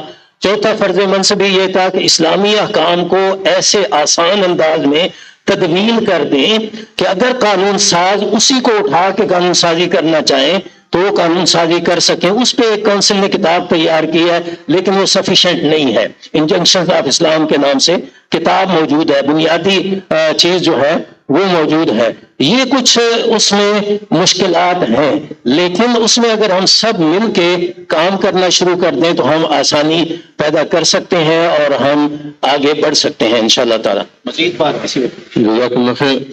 میرے خیال میں جو پہلے جن نے ہاتھ کھڑے کیے ہوئے تھے وہ بھی ایسا صاحب ٹھیک آپ پہلے آپ سب لوگوں کے نوٹ کر رہے ہیں، بولو بس باری باری آپ کی باری ہے۔ جی بسم اللہ الرحمن الرحیم۔ Am I audible؟ میری بات سنائی جی کیجیے۔ اچھا، یہ جو گفتگو ہو رہی ہے اس میں ایک طرف توجہ دلانا چاہتا ہوں پینلسٹ کی، کہ ایسا تاثر مل رہا ہے کہ شاید ود ان اسلام کوئی لڑائی ہو رہی ہے، علماء کے درمیان کوئی ایسے سیریس اختلافات ہیں جس کی وجہ سے پاکستان میں اسلام نافذ نہیں ہو رہا۔ کیا آپ یہ نہیں سمجھتے کہ اصلاً یہاں اسلامی اور غیر اسلامی کی لڑائی ہو رہی ہے؟ یعنی وہ سیاسی جماعتیں جو اس وقت برسر اقتدار ہیں یا 47 سے آج تک رہی ہیں، کیا آپ یہ نہیں سمجھتے کہ وہ خود رکاوٹ ہے، وہ اسلام کے راستے میں رکاوٹ ہیں؟ میں صرف کیونکہ ہمارے استاد بھی ہیں ڈاکٹر اکرام الحق صاحب، کہ حکومت کو مکمل طور پر اور حکومتوں کو بڑی ذمہ قرار دینا، میں نہیں سمجھتا ہوں کہ یہ کوئی قرین عدل و انصاف ہے۔ ہر حکومت اسلام کی راہ میں رکاوٹ بنی ہے۔ تازہ مثال لیجیے کہ ٹرانسجینڈر ایکٹ کو پاس کرنے کے لیے ان کو کیا ضرورت تھی کہ اس یعنی مسلمانوں کے معاشرے میں اوور میجورٹی مسلم 98% مسلمز ہیئر، تو کیا اس طرح کی قانون سازی کرنے کی گنجائش تھی؟ And they are doing it. When it comes to Islamization of Pakistan, وہاں ان کو موت آتی ہے اور وہ اس کے لیے رکاوٹیں کھڑی کرتے ہیں، and we absolve them of all these follies۔ تو میں سمجھتا ہوں یہ بڑی زیادتی کی بات ہے۔ ایک چیز میں اور اس پہ آپ فرمائیے گا کہ آپ کا کیا موقف۔ دیکھیں، جو قائد اعظم کے بارے میں یہاں بات ہوئی، آپ بھی اس کی صراحت کیجیے گا اور وضاحت فرما لیجیے گا۔ بچے نے جو نوجوان نے پوائنٹ آؤٹ کی، 115 اقوال ہیں قائد اعظم کے جو اسلام، نبی اکرم صلی اللہ علیہ وسلم، قرآن، اسلامی تاریخ، اسلامی قانون ایٹسٹرا اس سب کو واضح کر رہے ہیں۔ آؤٹ آف 115 اقوال اگر ایک ایسی رائے قائد اعظم کی ہے تو کیا وہ سب 150 کو اوور رول کر جائے گی؟ دنیا کا کون سا اخلاقی اور یعنی جو تعلیمی اور علمی ایسا موقف ہے جو اس کی تائید کرے گا؟ اور ایک بات اور میں آپ سے پوچھنا چاہتا ہوں پینلسٹ کہ بالفرض محال قائد اعظم نے کوئی بھی بات ایسی نہ کی ہوتی اسلام کی طرف، کیا مسلمانوں نے جب یہ ملک حاصل کر لیا تو یہ ان کا اجتماعی فریضہ نہیں ہے کہ یہاں اسلام کو نافذ کریں؟ Is it not their responsibility? And can we just put a blame on any particular group, party کہ جناب فلاں کو کرنا چاہیے؟ یہ تو ہر مسلمان کی ذمہ داری ہے. کیا قرآن یہ نہیں کہہ رہا الذین ان مکناہم فی الارض اقاموا الصلاۃ وآتوا الزکاۃ وامروا بالمعروف ونہوا عن المنکر؟ یہ 4 بنیادی فنکشنز ہیں جہاں ان مسلمانوں کو جو ہے اگر اقتدار ملے وہ یہ کرے. میں اس وقت میرا خیال ہے there will not be any non-Muslim here. We all are Muslims and we are not developing a consensus کہ جس میں ہم کہیں کہ Pakistan should be essentially an Islamic state. ہم یہاں الجھے ہوئے ہیں. میرا آپ سے یہ سوال ہے کہ کیا یہ لڑائی اسلام اور غیر اسلام کی نہیں ہے، یا کیا اسلام اور سیکولرزم ان دونوں میں کوئی باہم مشترک کامن چیز ہے یا are they all apart? Thank you. حکومت کو ہم بے قصور کسی صورت قرار نہیں دے سکتے، اور یہ بھی آپ کی بات ٹھیک ہے کہ اسلام اور سیکولرزم کی لڑائی ہے، لیکن یہ ہے کہ اسلام پسند لوگ جو ہیں وہ اسلام کو کیسے نافذ کر سکتے ہیں. میں اس بات کو زور دینے کی کوشش کر رہا ہوں کہ اسلام کو ہم کیسے نافذ کر سکتے ہیں کہ ہم نے اس کے ایکسپرٹ جو ہیں وہ آگے نہیں پھیلائے. ڈیبیٹ ہم نے اتنی نہیں کی کہ دوسرے لوگ اس کے سامنے مجبور ہو جائیں. ہر کوئی اپنا کام ڈیبیٹ کے ذریعے، بکس لکھ کے، اویئرنیس کے ذریعے، اور این جی اوز ہمارے ہاں ہزاروں کی تعداد میں ٹرانسجینڈر کے لیے این جی او جتنی کام کر رہی ہیں آپ ان کی تعداد دیکھ لیں. اور پاکستان کا معاشی مسئلہ ہے، فلاحی مسئلہ ہے. آپ کا جو اوقاف ایکٹ ہے اس کو مسخ کر دیا گیا ہے. اوقاف ایکٹ میں اب ایک ایڈمنسٹریٹو اوقاف کا جو ہوتا ہے 16-17 گریڈ کا یا 18 کا لگا لیں، وہ آپ کی پوری بلڈنگ کو کیپچر کر سکتا ہے اور وہ کہہ سکتا ہے کہ آپ نے اس کا استعمال صحیح نہیں کیا، میں اس کو دوسرے استعمال پہ لگاؤں گا. آپ کی جو معاشرتی فلاح و بہبود ہے اس کے لیے سسٹم ہی اوقاف کا تھا آپ کے پاس. اب آپ کو کوئی الٹرنیٹو لانا ہوگا، اس کا لا کے تو لوگوں کے اندر اسلام کی جڑیں مضبوط کرنی ہوں گی. لوگوں کو کھانے کی بھی ضرورت ہے، لوگوں نے شادی بیاہ بھی کرنا ہوتا ہے، بچے بھی ہوتے ہیں، انہوں نے پڑھنا بھی ہوتا ہے. وہ اسلام جو نبی کریم صلی اللہ علیہ وسلم نے جس ترتیب کے ساتھ، جس تدریج کے ساتھ قائم کیا، اس میں لوگوں کو اپنا بنایا، اپنے ساتھ ملایا. اب اگر آپ الیکشن کے لیے جماعت اسلامی کھڑی ہوتی ہے اس کو ووٹ نہیں ملتے، جے یو آئی کھڑی ہوتی ہے اس کو ووٹ نہیں ملتے، تو اس سے آپ اندازہ تو لگائیں نا کہ عوام میں کتنی روٹس ہیں آپ کی، اور عوام جو ہے کتنا اسلام کو پسند کر رہے ہیں. اگر وہ اسلام کو پسند کرتے ہیں تو وہ جنت جہنم کی خاطر صرف کرتے ہیں، وہ اس لیے نہیں کر رہے کہ یہاں ہمارا وہ جو ہے دستور زندگی بن جائے گا. یہ ہمیں ان کو سمجھانا ہوگا کہ دستور زندگی آپ بنائیں گے تو آپ کی فلاح و بہبود اس طریقے سے ہو جائے گی جیسا نبی کریم صلی اللہ علیہ وسلم نے مکی زندگی میں کیا، پھر مدنی زندگی میں جا کے کیا. ہماری مواخات کہاں ہے، ہمارا میثاق کہاں ہے؟ یہاں بچہ کہہ رہا تھا کہ قائد اعظم نے کہا وی آر ون نیشن. ہاں انہوں نے کہا، اس سے پہلے حضرت محمد صلی اللہ علیہ وسلم کہہ چکے ہیں مدینہ میں وی آر ون نیشن نحن امت واحدہ. یہودی بھی اس میں تھے، صحابی بھی اس میں تھے، عیسائی بھی اس میں تھے، مسلمان بھی اس میں تھے، لیکن اس میں کیا تھا؟ نبی صلی اللہ علیہ وسلم نے اپنا آپ منوایا کہ ہم آپ کے فیصلے آپ کے دین کے مطابق کریں گے، لیکن جو آخری فیصلہ ہوگا وہ محمد صلی اللہ علیہ وسلم کا ہوگا. یعنی ہیڈ آف اسٹیٹ مسلم ہوگا، وہ پرومیننٹ جو ہے وہ اسلام ہوگا، اس کے علاوہ آپ کے مذہب پر کوئی قدغن نہیں آئے گی. آپ اپنا کام پورے کا پورا کریں گے. یہی پاکستان ہے. ونکٹ دھلی کے نام سے ایک ہندو مصنف ہیں، انہوں نے کتاب لکھی ہے کریٹنگ اے نیو مدینہ، اور یہ آپ کو انٹرنیٹ پہ ملتی ہے. اس میں ذرا دیکھیے کس طریقے سے اس نے پاکستان اور مدینہ کی ریاست کا کمپیریزن کیا ہے اور کس طریقے سے اس کو بیان کرنے کی کوشش کی ہے. میری بار بار عرض یہی ہے کہ انٹیگریٹی ہم نہیں پیدا کر پا رہے، لوگوں کے ذہن میں اسلام کو بطرز زندگی نہیں بٹھا پا رہے. جنت جہنم کا تصور ہے اس کے لیے بیچارے لوگ جو ہیں ہمارے پاس آتے بھی ہیں، اسلام کے مسئلے بھی پوچھتے ہیں، ہم ان کو بتاتے بھی ہیں۔ طرز زندگی بنانا گراس روٹ لیول پہ کام ہے، گورنمنٹ آپ کو نہیں کر کے دے گی کبھی بھی، ان کے اپنے مسائل ہیں، تو یہ کام نیچے سے شروع ہوتا ہے۔ علامہ اسد نے پاکستان بننے کے بعد 7 نشری تقریریں کی ریڈیو پہ، تو ریڈیو پہ انہوں نے یہی بتایا کہ یہ ہمارے دماغ معروف ہو گئے ہیں کہ انگریز کی حکومت کی وجہ سے ہم یہ سمجھتے ہیں اوپر سے آرڈر آئے گا، ہم اس کو نافذ کریں گے تو اسلام ہو جائے گا۔ ایسا نہیں ہوگا، نیچے سے آپ بنائیں گے، آپ اوپر کی طرف لے جائیں گے، اور یہ لوگ حکومت بنائیں گے۔ جب آپ نیچے اصلاح کر کے لے جاتے ہیں تو معاشرے میں ہمیں پھیل جانا ہوگا، معاشرے میں ڈیبیٹس کرنی ہوگی، مسجدوں میں سینٹر کھولنے ہوں گے، اور لوگوں کو ویلفیئر دینی ہوگی، لوگوں کے مسائل حل کرنے ہوں گے، پھر انشاءاللہ نافذ ہو جائے گا۔ دوسرا جو اہم پہلو تھا ضمیل صاحب کا، وہ امپورٹنٹ ہے۔ ابھی 5 منٹ ہے، 5 منٹ ہے، پھر میں پوچھ لوں گا آڈینس سے۔ اصل میں جو بات میرے صاحب نے دوسری اہم کی نا، وہ اکثر سوال پوچھا جاتا ہے کہ دیکھیں یہ بحث ہی کیوں آپ کر رہے ہیں کہ جی پاکستان کو کیا ہونا چاہیے، قائد اعظم کے نظریات کیا تھے۔ ہم مسلمان ہیں، اور مسلمان ہونے کی وجہ سے ہمارا فریضہ تو یہی ہے کہ اللہ کے دین کو نافذ کریں، لیکن اس بارے سے جو ہے میں چاہتا ہوں کہ بھٹو صاحب کچھ کہیں۔ بس میں اتنی عرض کرنا چاہتا ہوں اس پہ کہ دیکھیں یہ اگر یہ بھی اسٹیبلش ہو جاتا ہے کہ قائد اعظم بھی یہ چاہتے تھے تو یہ ہمارے فائدے میں ہے کہ ہمارے نقصان میں ہے۔ تو یہی تو ہم کہہ رہے ہیں کہ اگر تو وہ اسٹیبلش ہے، وہ تو اسٹیبلش ہے ہی، تو یہ بھی اگر اسٹیبلش ہوتا ہے تو پھر کوئی بنیاد نہیں ہے کسی کے پاس کہ وہ اس کے خلاف بات کرے۔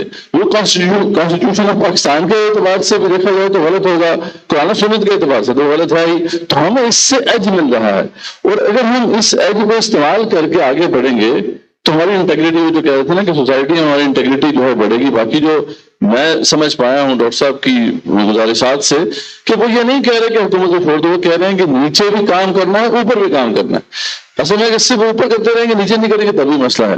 تو خیر بھٹو صاحب سے میں چاہتا ہوں کہ وہ اس پہ کچھ بات کریں کہ یہ جو ہے جو دوسرا انہوں نے سوال کیا تھا کہ ہرڈلز کیوں پڑ جاتے ہیں بیچ میں، یہ حکومت بیچ میں کیوں آڑے آتی ہے، اور اس کا کیا کیا جائے، ان کو کیسے ٹیکل کیا جائے۔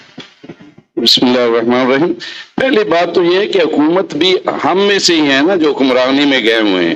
دیکھیں اس میں حکومت کے بھی کئی حصے ہیں۔ ابھی حکومت اتنی سادہ نہیں ہے کہ ایک بندہ آ گیا تو سارے اسی کے ذہن کے لوگ سب ہوں گے۔ بیوروکریسی ہے، سول بیوروکریسی ہے، ملٹری بیوروکریسی ہے، جوڈیشری ہے، ہر قسم کے لوگ موجود ہیں۔ ایک صرف پولیٹیکل پارٹی آنے سے بھی چینج نہیں آتی، اس کے لیے ہرڈل، کیونکہ جو دوسرے مائنڈ کا بندہ ہے وہ ہرڈل تو کریٹ کرے گا ہی۔ جس چیز کو آپ غلط سمجھتے ہیں اس کو نہیں آنے دیں گے، جس لیول پہ بھی آپ بیٹھے ہیں۔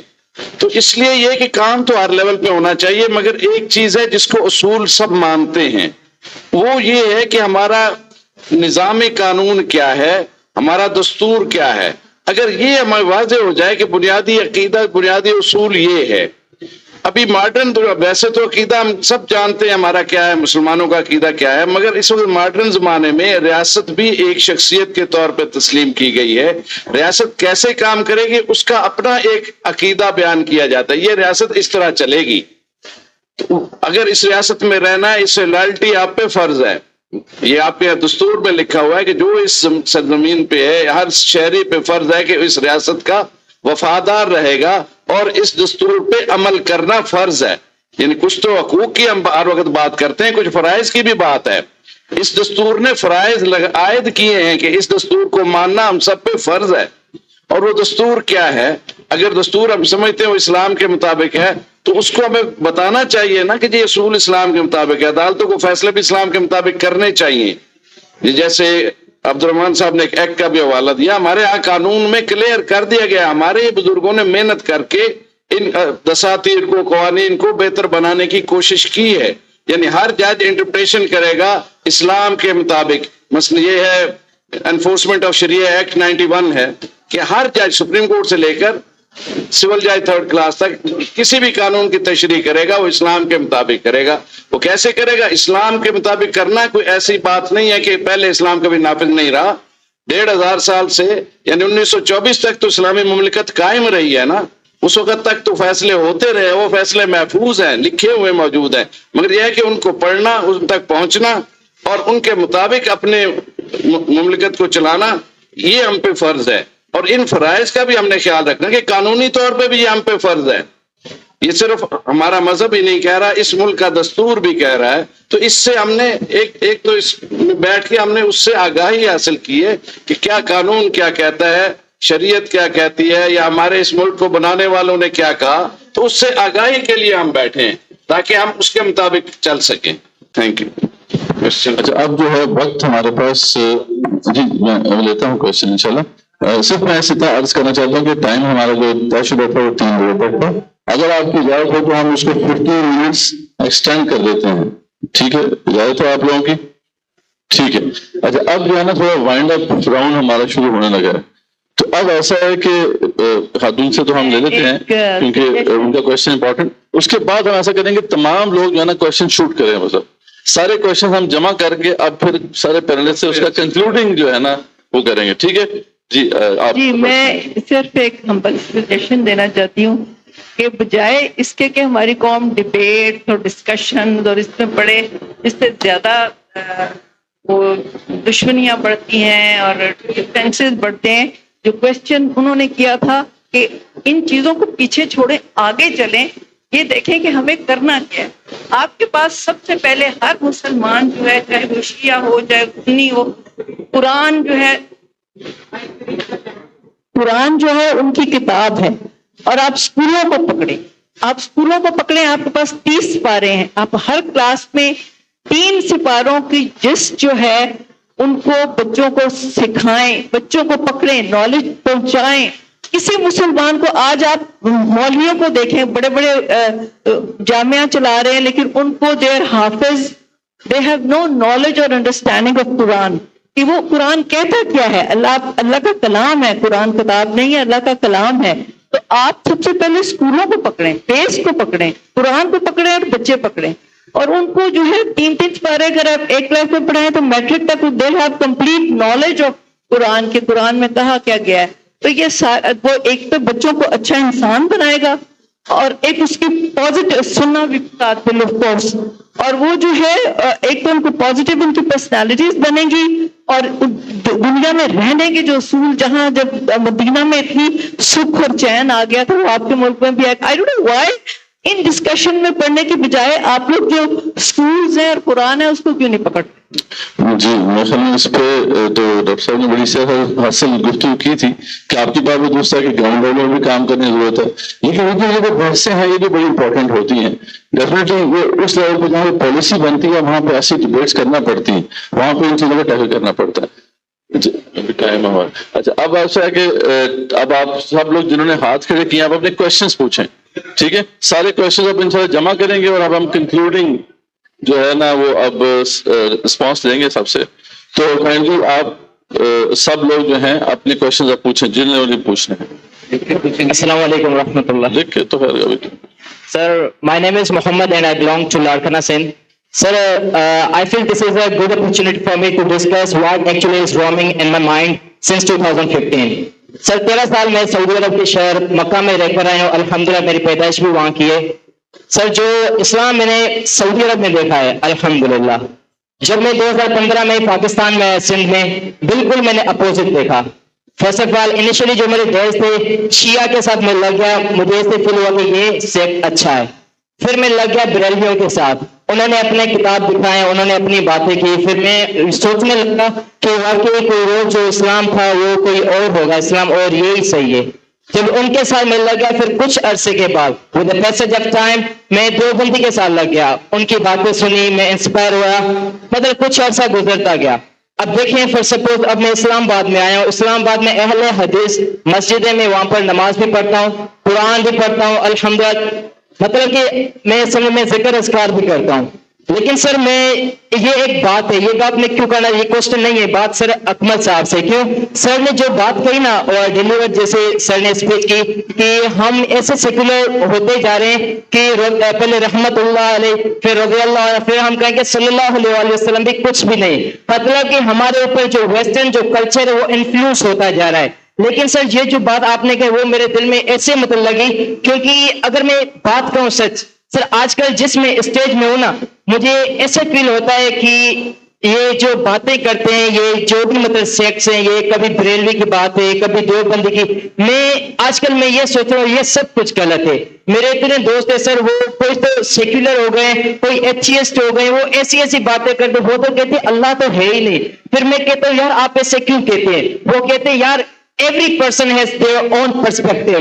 آپ جس گھر میں پیدا ہوں گے، مسلمان کے گھر میں پیدا ہوں گے، آپ کو اینسسٹرز کا جو آپ کو سبق لیسن ملے گا، آپ مسلمان ہوں گے. اگر ہندوازم میں پیدا ہو آپ ہندو ہوں گے. سو یہ پرسپیکٹو ہے، آپ ان کو چھوڑ دیں، ایسی کوئی بات نہیں، آپ عقلی باتیں کریں. وہ تو میں سوچتا رہتا ہوں، لیکن الحمدللہ آج تک میں ایتھیسٹ تو نہیں بنا. لیکن سر پھر بھی میرے دماغ میں یہ باتیں ضرور پیدا ہونے لگی ہیں آج کل کہ واقعی وہ صحیح بات کریں. واقعی میں اگر سوچوں میں کسی مولوی کے پاس جاتا ہوں، وہ تو اپنی بات کر رہا ہے. اگر میں دوسرے مطلب کہ دیوبندیوں کے پاس جاؤں، وہ اپنی بات کر رہا ہے. جب یہ اختلاف ڈسکورڈ آ جاتے ہیں سر، یہ کتنا بڑا ڈسکورڈ ہے، اس کی بات الگ، اس کی بات الگ. پھر مجھے محسوس ہوتا ہے کہ یہ جو ویسٹرن جو بھی انفلوئنس کر رہے ہیں، سیکولر بنا رہے ہیں یہ، یا پھر ایجوکیشن نظام ایسا ہو گیا، لوگ سیکولر ہوتے جا رہے ہیں، اسلام سے دور ہوتے جا رہے ہیں. سر میں بھی آج کل فیل کر رہا ہوں کہ میں بھی شاید تھوڑا سا دور ہوتا جا رہا ہوں ان لوگوں کی باتیں سن کر.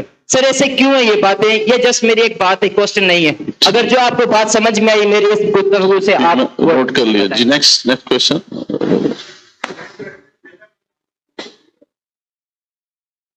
سب کو موقع ملے گا.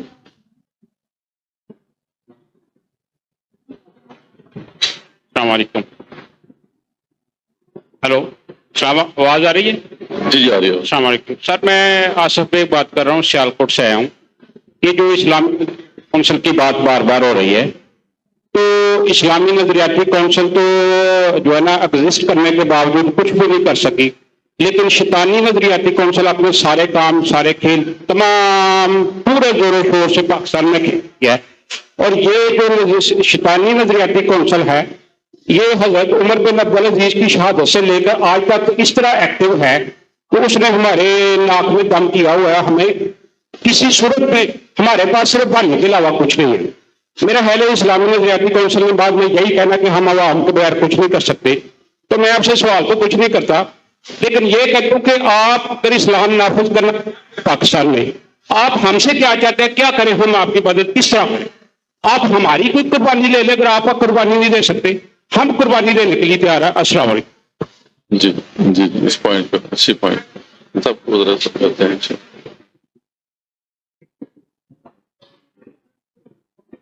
باتیں بہت ہوئی ہیں، باتیں تو ہم نے بہت کی ہیں، بچپن سے باتیں سن رہا ہوں. مجھے وہ وقت بھی یاد ہے جب پاکستان بن رہا تھا، پاکستان بننے کے بعد دیکھا اور اب تک دیکھ رہا ہوں. میرا سوال آپ سے یہ ہے، آپ نے انگلش میں لکھا ہے true identity of Pakistan. Pakistan کی اصل شناخت کیا ہے؟ دو چیز ہے، اسلام اور قومی زبان. قائد اعظم نے کہا اردو ہماری قومی زبان ہوگی، تینوں آئین میں اس کو برقرار رکھا. 2015 میں عدالت عظمیٰ نے کہا کہ اس کو فوری نافذ کرے. 15 سال کا وقت گزر گیا. اب ہم ذہنی طور پر یہ جو میں دیکھ رہا ہوں، میرا ذہن کہہ رہا ہے کہ کیا ہم ڈویلٹی نہیں ہمارے مائنڈ میں؟ اس پہ غور کریں، مجھے جواب دیں. اردو میں ہونی چاہیے.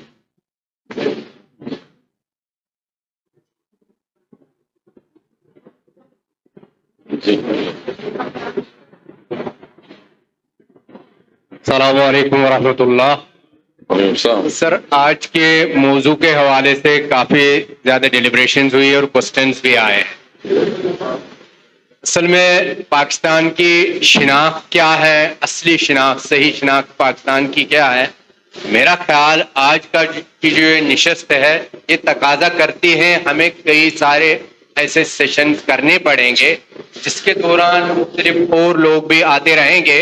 تو ان ڈیلیبریشن، ان کوسچنز کو لے کے ہمارے پاس کافی کوسچنز آئیں گے. سب سے بڑی شناخت جو مسلمان کی ہے کہ وہ اسلام، مسلمان جو ہے وہ اسلامی نظام کیسے قائم کرے گا.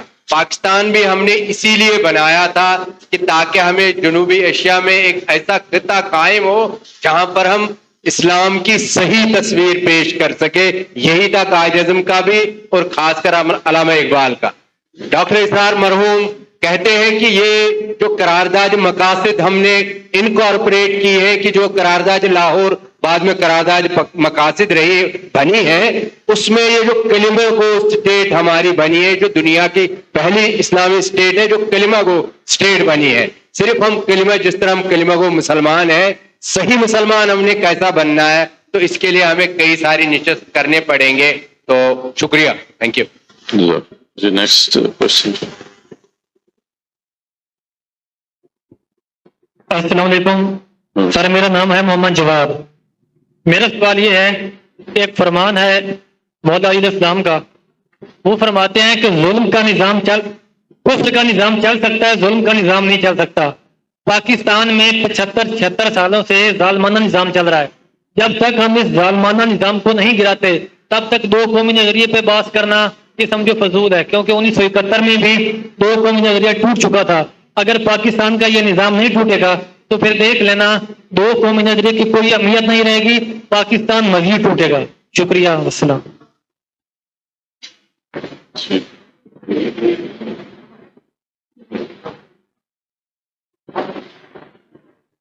السلام علیکم ورحمۃ اللہ. ایک تو میں دا ریوائول کا مدثر رشید صاحب کا بہت مشکور ہوں، اور مجھے تھا کہ شاید بس عبد الرحمان ایڈوکیٹ بھائی کی دعوت پہ آج چلا تو جاؤں گا تو ذرا اب ٹائم اسی طرح میرا ضائع نہ ہو، لیکن بہت مجھے خوشی ہے یہاں آ کے جو اسکالر سے جو سیکھنے کا موقع ملا. اور جس طرح ہماری بہن کی طرف سے بھی بات آئی اور ضمیر صاحب نے بھی بات کی، ہمیں آگے چلنا چاہیے. یعنی میری درخواست ہے کہ یہ جو بہت ساری ڈسکشن سوالات کی صورت میں ہو رہی، یہ میں مناسب نہیں سمجھتا آپ لوگوں کے لیے خاص کر. کوئی شک نہیں کہ اس پروگرام کے ذریعے ممکن ہے ابتدائی پروگرام ہو، یہ سے پہلے ہو چکے ہوں. آپ کا وقت قیمتی ہے، آپ کو اپنے اس پہ فوکس کرنا ہوگا. ہمارے لیے خوشی ہے کہ آپ نے جس مائنڈ کا اور قابل لوگ بیٹھے ہیں اظہار کیا ہے، لیکن میری درخواست ہے کہ آپ کا وقت قیمتی ہے. آپ نے جو چیز پیش کی ہے، جو مائنڈ، یہ جو ایک آپ کا بیک گراؤنڈ ہے، میں جانتا ہوں تقریباً ڈاکٹر صاحب کو تو جانتا ہوں، مولانا حبیب الرحمان صاحب کو، پروفیسر صاحب کو اور ڈاکٹر عبد الباسط صاحب کو آج میں نے سنا ہے. میری درخواست ہے کہ اس میں بڑی ضرورت ہے، بہت زیادہ ضرورت ہے اس میں کام کرنے کی. میں جماعت اسلامی کی طرف سے 2003 سے پارلیمانی قانونی معاملات سے وابستہ ہوں. مجھے اندازہ ہے کہ جس فیلڈ کا آپ نے چناؤ کیا ہے، یا خاص کر نظریہ پاکستان آج جس پہ آپ فوکس کر رہے ہیں، اس پہ کتنی ضرورت ہے. اور پرابلم پھر وہی ڈاکٹر صاحب نے ڈبل لفظوں میں ایک بات کر دی کہ پروفیسر عطا اللہ صاحب نے بات کی، بٹو صاحب نے، کہ ہم کیا بھیج رہے ہیں. پرابلم تو وہ ہے کہ وہاں جو مائنڈ بیٹھا ہوا ہے وہ اسلامی نظریاتی کونسل کی سفارشات پر عمل کرنے کے لیے تیار نہیں ہے. ہم نے خود وہاں اس معاملے کو اٹھایا، ہزاروں لاکھوں کے حساب سے ہیں، لیکن کوئی تسلیم کرنے کے لیے تیار نہیں. بہرحال موٹیویشن کی ضرورت ہے. اللہ کرے کہ ہم اس میں کامیاب ہو جائیں. معذرت کہ میرا سوال تو نہیں ہے، لیکن میں نے میرا بہت دل تھا کہ اپنے جذبات کا اظہار کروں.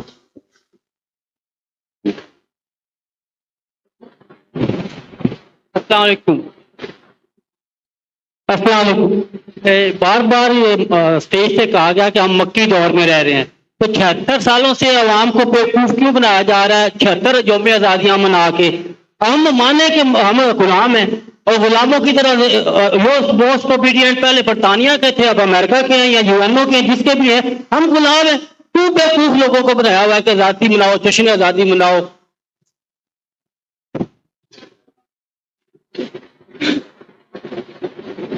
سر میرا کوشچن یہ ہے کہ سر اکمل سے سر نے جیسے کہا کہ ہمیشہ ہسٹری کے دو پرسپیکٹو ہوتے ہیں. جیسے کہ میں نے آپ کو کہا کہ میں نے مرڈر آف ہسٹری پڑھا ہے، مبارک علی کی کتاب پڑھی ہے، میتھ اینڈ ریئلٹی.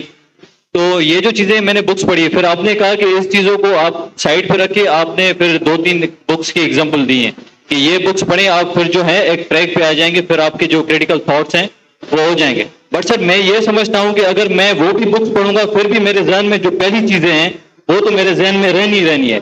کیونکہ جس طرح آپ ڈاکٹر ہیں، آپ نے ہسٹری میں ماسٹرز کیے ہوئے ہیں، PhD کی ہوئی ہیں، جس طرح آپ کی سوچ والا ایک اور بندہ ہے، آپ کی سوچ ہے اسلامک والی، اس کی سوچ ہے سیکولر والی، اگر وہ مجھے مل جاتا ہے as a professor, as a supervisor, تو وہ مجھے کہتا ہے کہ اگر آپ نے ہسٹری کو پڑھنا ہے تو مدر آف ہسٹری پڑھیں، اگر آپ نے سمجھنا ہے. کیونکہ سر میں خود ڈیبیٹر ہوں لاڑکانہ چیپٹر کا، تو اس میں مجھے یہ چیز واضح نظر آتی ہے کہ یہ جو چیزیں ہیں یہ مجھے کچھ سمجھ میں نہیں آ رہا یہ کہ چیزیں کیا ہیں، کیونکہ آپ کی سوچ الگ ہے، ان کی سوچ الگ ہے. پھر تو یہ ہے کہ میرا فیوچر خراب ہے، یا تو جس بندے نے سیکولرزم کے اوپر پڑھا ہے تو وہ خراب ہے، جس نے اسلامک کا پڑھا ہے تو وہ خراب ہے. تو دونوں طرف سے نقصان تو پھر بھی اسٹوڈنٹ کا ہو رہا ہے. تو اسٹوڈنٹ اس میں کیا کریں؟ پھر یہاں تو یہ ہے کہ میری سجیشن جو میرا اوپینین ہے، ہسٹری سبجیکٹ کو ہی نکال دیا جائے، ہسٹری سبجیکٹ کو ہی ختم کیا جائے. السلام علیکم. میرا سوال یہ ہے کہ اسلامک نظریاتی کونسل کے پاس کیا کوئی اتھارٹی نہیں ہوتی کہ وہ اتنا اسپیڈ ورک سے لے کر اتنا ہائی لیول کام کرتے ہیں؟ آپ نے ابھی فرمایا کہ 500 صفحے تک کا ایک جو ہے نچوڑ لکھا جاتا ہے یا سفارشات لکھی جاتی ہیں، تو پھر اس کا کیا یہ لا حاصل سی جد و جہد نہیں ہے کہ آپ ان کے پاس تو وہ ساری چیزیں ڈال دیتے ہیں اور ان کی کوئی امپلیمنٹیشن نہیں ہوتی؟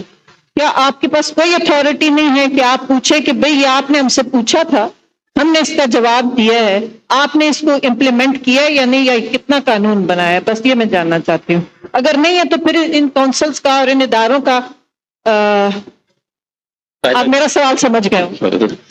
اچھی بات ہے، یہ سوال اچھے خوش ہوتا ہوں کہ احساس پیدا ہو. جی السلام علیکم. ایک تو پیچھے ایک بزرگ صاحب نے سوال کیا کہ ٹرانسجینڈرز ایکٹ کے حوالے سے کہ ابھی تک کوئی پیش رفت اس میں کیوں نہیں ہو سکی اور کیا وجہ ہے. دوسرا کہ اسلامی نظریاتی کونسل کا وجود تو ہے، اس کی کارکردگی ہے، لیکن ان کو اتھارٹی کیوں نہیں ہے. اسی حوالے سے میں تھوڑا سا ایک اور چیز ایڈ کروں گا، اور سجیشن ہے وہ کہ ہم فیڈرل شریعت کورٹ اور اسلامی نظریاتی کونسل کو کیسے آئینی طور پر مزید مؤثر بنا سکتے ہیں. اس حوالے سے ایک تو سیشن آپ ضرور رکھیں، اور ایک سیشن آپ کو یہ سجیسٹ کروں گا کہ ٹرانسجینڈرز ایکٹ کے حوالے سے ابھی تک مذہبی جماعتوں کا کردار کیا رہا ہے، اور 5 سال گزرنے کے باوجود انہوں نے پارلیمنٹ کے فلور پر اس کو کیوں آج تک اس کے خلاف آواز بلند نہیں کی، جو مؤثر اقدامات ہیں وہ کیوں نہیں کیے، اس کے اوپر بھی ایک سیشن ضرور ہونا چاہیے. اور الیکشن سے پہلے یہ سیشنز ہوں تاکہ ان جماعتوں کو جب ہم منتخب کر کے بھیجتے ہیں تو ان کے اوپر ایک ذمہ داری دے کے بھیجی جائے کہ بھئی آپ کو 5 سال کا پیریڈ ملا لیکن آپ نے اس میں کارکردگی کیوں نہیں دکھائی. جزاک اللہ. جی اور کوئی کوشچن ہو گیا سر؟ چلیں اب جی اس پہ میں ذرا آپ سے جو ہے اجازت یہ لوں گا اس پہ کہ کوئی میں سمرائز سے رکھے نا کچھ کوشچنس. وہ بھی کچھ سوال کرنا چاہتا ہوں. اچھا جی کر لیں. آخری کوشچن ہے پھر یہ. السلام علیکم ورحمۃ اللہ. السلام علیکم ورحمۃ اللہ. اچھا باتیں تو بہت ساری ہوگی، آپ سب حضرات جو کام کر رہے ہیں اللہ رب العزت خوش رکھیں، مگر یہ عام عوام کے لیے یہ کام نہیں ہے. میری گزارش یہی ہے کہ یہ سارے ساتھی احباب بیٹھے ہیں کہ لوگوں کو مسلمان کریں، فرما بردار اللہ کا بنائیں، اور اللہ کے فرما بردار تب ہی ہوں گے جس نے اس بہن نے کہا کہ قرآن فہمی اہم چیز ہے، تفسیر پڑھنا اہم نہیں ہے، کہ قرآن سے خود اخذ کریں کہ قرآن کیا رہا ہے، اللہ کیا باتیں کر رہے ہیں. اگر یہ پوری اتنی 75 سالوں میں اگر ہمارے اس نام نہاد مذہبی پیشواؤں نے قرآن کی طرف راغب کیا ہوتا ہمارے ان بچوں کو مجھ سمیت، تو آج یہ صورتحال نہیں ہوتی. ہم خود آپ سے ڈیمانڈ کرتے کہ بھئی یہ امپلیمنٹیشن کروائیں. آج لوگوں کو شعور ہی نہیں ہے، شعور بخش دیں، اور شعور بخشنے کے لیے ضروری ہے کہ کیونکہ میرے نبی کو، نبی کریم صلی اللہ علیہ وسلم کو بھی اللہ نے یہی کہا کہ آپ آیتیں سنائیں اور لوگوں کو پاک کریں. اور ہم آیتیں درس قرآن کو سمجھتے ہیں کہ یہ آیتیں سنا رہے ہیں. لوگ خود اخذ کریں کہ قرآن میں اللہ رب العزت آپ سے باتیں کیا کر رہے ہیں. اگر ہم سب لگ جائیں اس محنت کے اوپر کہ اپنے بچوں کو قرآن کا فہم عطا کر دیں، اس طرف راغب کر دیں، تو میرے خیال ہے بہت جلدی چینج آ جائے گی انشاءاللہ.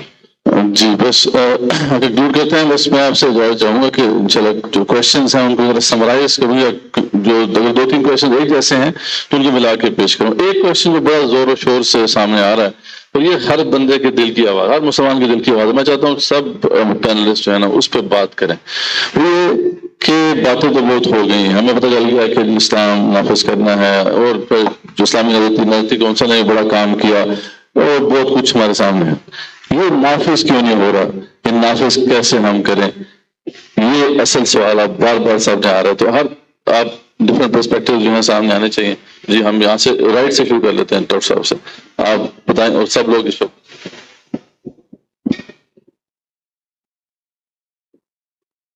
بسم اللہ الرحمن الرحیم. یہ بہت ہی اہم سوال ہے، اور ظاہر ہے کہ ہر شخص جو مسلمان ہے اس کی دلی خواہش ہوتی ہے کہ اسلام کا نظام اور ان کے قوانین جو ہے ان کا نفاذ ہو، لیکن ملکی سطح پر بھی جس وقت ہم دیکھتے ہیں اس میں پاکستان بننے کے بعد سے لے کر اب تک جو ہے وہ جب ہمیں نظر آتا ہے کہ کوئی بڑی پیش رفت نہیں ہوئی ہے تو اس سے ایک مایوسی کی فضا جو ہے وہ پیدا ہوتی ہے. پہلی بات یہ ہے کہ ہمیں اپنی سوچ کے اندر تو توازن اور اعتدال پیدا کرنا چاہیے. یہ بھی نہیں ہے کہ بالکل کچھ نہیں ہوا ہے، سارا کام زیرو پہ ہے، یہ بات بھی درست نہیں ہے، یہ بھی ایک انتہا ہے. اور جتنی پیش رفت ہوئی ہے اور جتنی اب تک کافی نہیں ہے ملکی سطح پر، آئینی سطح پر، اسپیشلائزیشن، یہ جو اسلامائزیشن کے حوالے سے، تو ان کا اعتراف بھی کیا جانا چاہیے. دستوری سطح پر بھی نہیں ہے اور ویسے بھی مختلف سطحوں پر کام ہوا ہے، تو اس کا بھی اعتراف کیا جانا چاہیے. لیکن جتنا ہونا چاہیے تھا یقیناً وہ نہیں ہے. آج ہم جس طرح کا معاشرہ، اس کے اندر جس طرح سوشل جسٹس کی بات ابھی بار بار آتی ہے کہ ظلم کا نظام ہے، اور اس طرح کا سوشل جسٹس جو اسلام چاہتا ہے، امن و امان، عدل اور انصاف کا نظام چاہتا ہے، وہ چیزیں ابھی تک یقیناً نہیں ہیں. تو اس کی بڑی وجہ ہمارا سب سے بڑی رکاوٹ ہمارا موجودہ نظام تعلیم ہے. اس کے اندر میں سمجھتا ہوں کہ سب سے بڑی رکاوٹ یہ ہے، اور ابھی بہت سے بزرگوں کی طرف سے یہ توجہ دلائی گئی ہے کہ قرآن کے ساتھ تعلق، قرآن فہم یہ بنیاد ہے.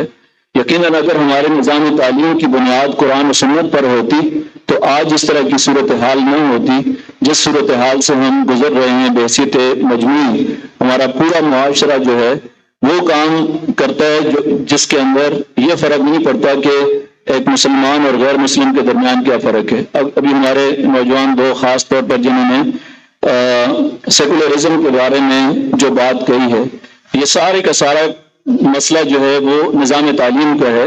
اگر ہمارا نظام تعلیم ایک مسلمان، اچھا مسلمان تیار کرے، اچھا شہری اور اچھا مسلمان تیار کر سکتا، تو آج ہم اس سطح پہ آج نہیں ہوتے کہ ادھر ادھر کے نظریات کی وجہ سے ہم جو ہے وہ الحاد کی طرف جاتے، دہریت کی طرف ہماری نوجوان نسل جاتی. سب سے بڑی اور بنیادی چیز جو ہے ہمارا موجودہ نظام تعلیم ہے، جو کہ تمام خرابیوں کی جڑ ہے. اور ظاہر ہے کہ نبی اکرم صلی اللہ علیہ وسلم نے پہلے دن جو اس کے بارے میں بتایا کہ لن تضلوا ما تمسکتم بہما کتاب اللہ و سنت رسولہ، کہ کبھی بھی آپ گمراہ نہیں ہو سکتے جب دو چیزوں کو آپ تھامے رکھیں گے، ایک کتاب اللہ ہے اور دوسری سنت رسول ہے.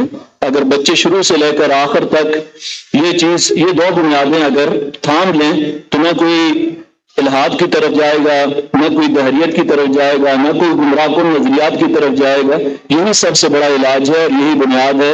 باقی چیزیں جو ہیں وہ ثانوی نوعیت کی ہیں، یہ بنیاد ہے. ہمارے سب سے بڑی رکاوٹ جو ہے یہی ہے. بسم اللہ الرحمن الرحیم. انسان بذات خود بھی بہت ہی کمپلیکس چیز ہے. انسانی معاشرہ جو بنتا ہے وہ اس سے بھی زیادہ کمپلیکس چیز ہوتا ہے. کوئی ایک پہلو نہیں ہوتا کہ ایک بٹن دبا دیں گے ہم تو بس لائٹ آ جائے گی اور سسٹم سارا اس طرح چلنا شروع ہو جائے گا. اس کے کتنے ہی فیسٹس ہیں، کتنے ہی ایسپیکٹ ہیں، اور ان سب کو حل کرنا ہوگا. ہر بندہ جو کام کر رہا ہے وہ کام بہت ہی اہم ہے. جیسے کہ پروفیسر صاحب نے ذکر کیا، جو سب سے اہم کام تو نظام تعلیم کو سیدھا کرنا ہے. دیکھیں نظام تعلیم ابھی تک ہم نہیں کر سکے، ہمیں اپنی کمزوریوں کو پتہ ہونا چاہیے. 97 میں ایک کانفرنس ہوئی تھی، ایجوکیشن کانفرنس، سارے ملک سے ماہرین تعلیم آئے تھے، اور اس وقت کے وزیر اعظم نے کہا تھا میں ان کی جو بھی رائے ہوگی نافذ کروں گا. انہوں نے 2 لائنیں رائے دی تھی 3 دن کی مجلس کے بعد کہ جی ایک تو ایک نظام تعلیم کر دیں، دوسرا ایک میڈیم آف انسٹرکشن کر دیں تو یہ قوم بن جائے گی. ہم ابھی تک نہیں کر سکے. یعنی اردو میں ہو ساری تعلیم کا مطلب اسکولنگ تک ہے، اس سے آگے جیسے مرضی ہو. وہ ہائر ایجوکیشن ہوتی ہے، اس کے ڈفرینٹ اسپیکٹس ہوتے ہیں. اسکولنگ جو ہے وہ اگر ایک ہی نظام تعلیم ہوگا اور ایک ہی زبان میں ہوگا تو قوم بن جائے گی. ہم اس میں بھی بہت پیچھے ہیں. دوسری چیز جو نوجوانوں نے ابھی بتایا کہ جی ایک کتابیں یہ پڑھیں گے تو ہم ایسے ہو جائیں گے، وہ پڑھیں گے تو ایسے ہو جائیں گے، اس میں ہم ایک سب سے اہم ایلیمنٹ جو ہے وہ مس کر جاتے ہیں کہ اللہ سے دعا بھی کرنی ہے کہ ہمیں حق کی شناس کرنے کی توفیق عطا فرمائے. دو چیزیں جب حق اور باطل کو پڑھیں گے تو آپ منافق نہیں بنیں گے بلکہ حق کو واضح آپ کے سامنے ہو جائے گا. جب اللہ سے بھی دعا کریں گے تو حق واضح ہو جائے گا اور اس پہ چلیں گے. یعنی ہم نے بھی ہمارے زمانے میں تو سیکولرزم یہ بہت زیادہ تھا، اشتراکیت کا زمانہ تھا، اور اشتراکی جو 80s میں بہت سر پہ چڑھ کے بول رہے تھے. ان کے لٹریچر ہم نے پڑھا یونیورسٹیز میں ہم تھے تو اس وقت، مگر ہم اس سے ظاہر اور بہت طاقتور لٹریچر تھا جو بندے کو موڑ کے رکھ دیتا تھا. مگر ایون دن اسلام کے مقابلے میں جب وہ آپ لاتے ہیں تو آپ کو پتہ چل جاتا ہے حقیقت کیا ہے. اور تیسری چیز یہ ہے کہ نظام انصاف کی بھی بات ہوئی کہ واقعی انصاف کے بغیر معاشرہ ٹوٹ پھوٹ جاتا ہے، اور عدل جو ہے یہ بنیادی چیز ہے اور اس میں بھی ہم پیچھے ہیں. نظام انصاف میں یہ ساری دنیا میں ایک مانی ہوئی حقیقت ہے کہ دنیا میں سب سے بڑا ظلم نظام انصاف کا غلط استعمال ہے. دنیا کا سب سے بڑا ظلم، the biggest injustice is the misuse of process of justice. انصاف کے نظام کو اگر غلط استعمال کریں گے تو یہ آپ کا سب سے بڑا ظلم ہے. کسی پہ کوئی کیس FIR درج کرا دے، وہ خوار ہوتا رہے گا، جی بے گناہ ہوگا تو بچ جائے گا، اس کا کاروبار بھی تباہ ہو گیا، اس کا گھر بھی تباہ ہو گیا. یعنی یہ اس چیزوں کو بھی ہم نے دیکھنا ہے اور اس کو درستی کی طرف لے کے جانا ہے. اور دوسری بات یہ کہ ہمیشہ ہر چیز غلط نہیں ہے، کمیاں ہیں اور ایفرٹس ہو رہی ہیں. ایسے نہیں کہ ہم سے پہلے جو لوگ گزرے انہوں نے کچھ نہیں کیا، بہت محنت کی ہے، ہم سے زیادہ محنت کی ہے. جو آئین میں وہ لکھ گئے ہیں، قانون بنا کے گئے ہیں، یہ نظام ایسا دستور اور اس کا نظام دنیا کے کسی بھی دستور میں ایسا نہیں ہے. یہ آپ یقین کریں جو پاکستان کا دستوری نظام اور قوانین ہے کچھ، وہ دنیا میں سب سے بہتر ہے. یعنی کانسٹیٹیوشن کی بات کریں، ابھی مرسی صاحب نے بھی بنایا تھا جب آئے تھے، وہ بھی میں نے پڑھا، ایران کا بھی میں نے پڑھا، افغانستان کا بھی پڑھا، مگر اتنا کمپریہنسو اور اتنا بہتر جو ہے بنا چکے ہم، مگر عمل نہیں کر پا رہے. عمل بندوں نہیں کرنا ہے. جب بندے صحیح آ جائیں گے اپنی جگہوں پہ تو عمل بھی صحیح کریں گے. تو اس میں یہ ہے کہ ایک تو یہ قوم کو باور کراتے رہنا ہے ہمارا کام کہ جی یہ حق کا راستہ یہی ہے، سچائی یہ ہے. کیونکہ اس پر اتنی کوشش آ رہی ہے کہ یہ میڈیا کے ذریعے اندھیرا چھانا چاہ رہا ہے، آپ کی سچائی کو دھندلا چکا ہے. ہماری نوجوان نسل تک یہ سچائی اور یہ حقیقت نہیں پہنچ رہی. اب تو ہمارا کام یہ ہے کہ پہلے تو مقابلہ ہم نے کیا کرنا ہے، حق واضح کرنا ہے، یہ سچ ہے. سچی بات تک خود پہنچنا ہے اور اس کو واضح کر دینا ہے. باقی یہ خود بخود سسٹم انشاءاللہ صحیح ہوتا رہے گا. میں اپنے طلباء کو اپنی کلاس میں یہ ضرور بتاتا ہوں کہ ابلیس کے لغوی معنی ہے مایوس. تو مایوس نہیں ہونا ہے ہم نے، کیونکہ ابلیس ہمیں مایوسی کی طرف لے کے جاتا ہے، یہاں تک لے جاتا ہے کہ خودکشی کر کے ہم ہمیشہ کے لیے جہنمی بن جائیں. تو مایوس نہیں ہونا ہے. ہاں مشکلیں بہت ہیں اور مشکلیں رہیں گی، کیونکہ یہ دنیا دارالامتحان ہے، یہ دارالجزا نہیں ہے. اس میں مشکلیں تو آئیں گی، ہر ایک کے سامنے نئے طرز کے چیلنجز آئیں گے، اور ہم نے یہ دیکھنا تو یہ ہے کہ ہم کیا کر رہے ہیں. اپنی سی کوشش ہم نے کرنی ہے اور اللہ سے بہتری کی امید رکھنی ہے. Thank you. جی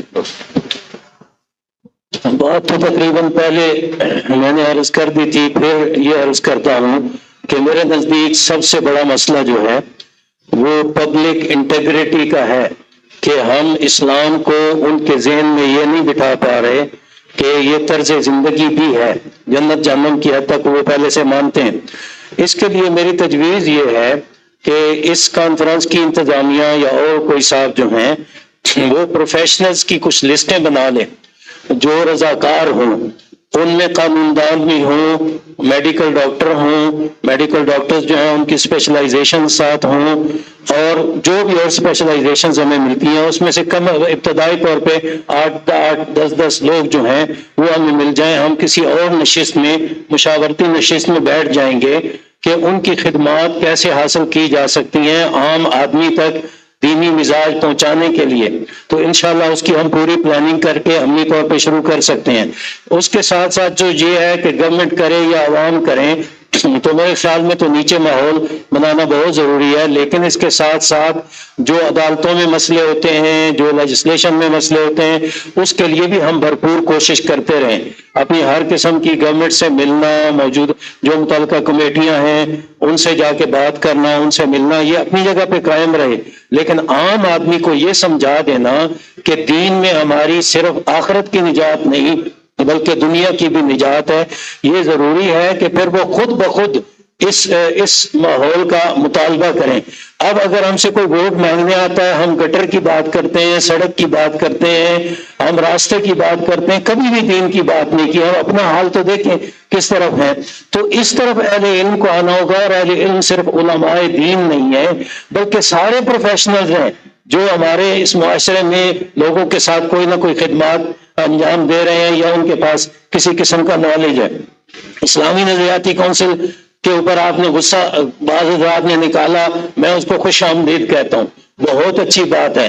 اور یہ اس لحاظ سے بیکار آپ سمجھتے ہوں گے، ٹھیک ہے، سمجھ لیں کہ اس کے پاس اختیارات نہیں ہیں.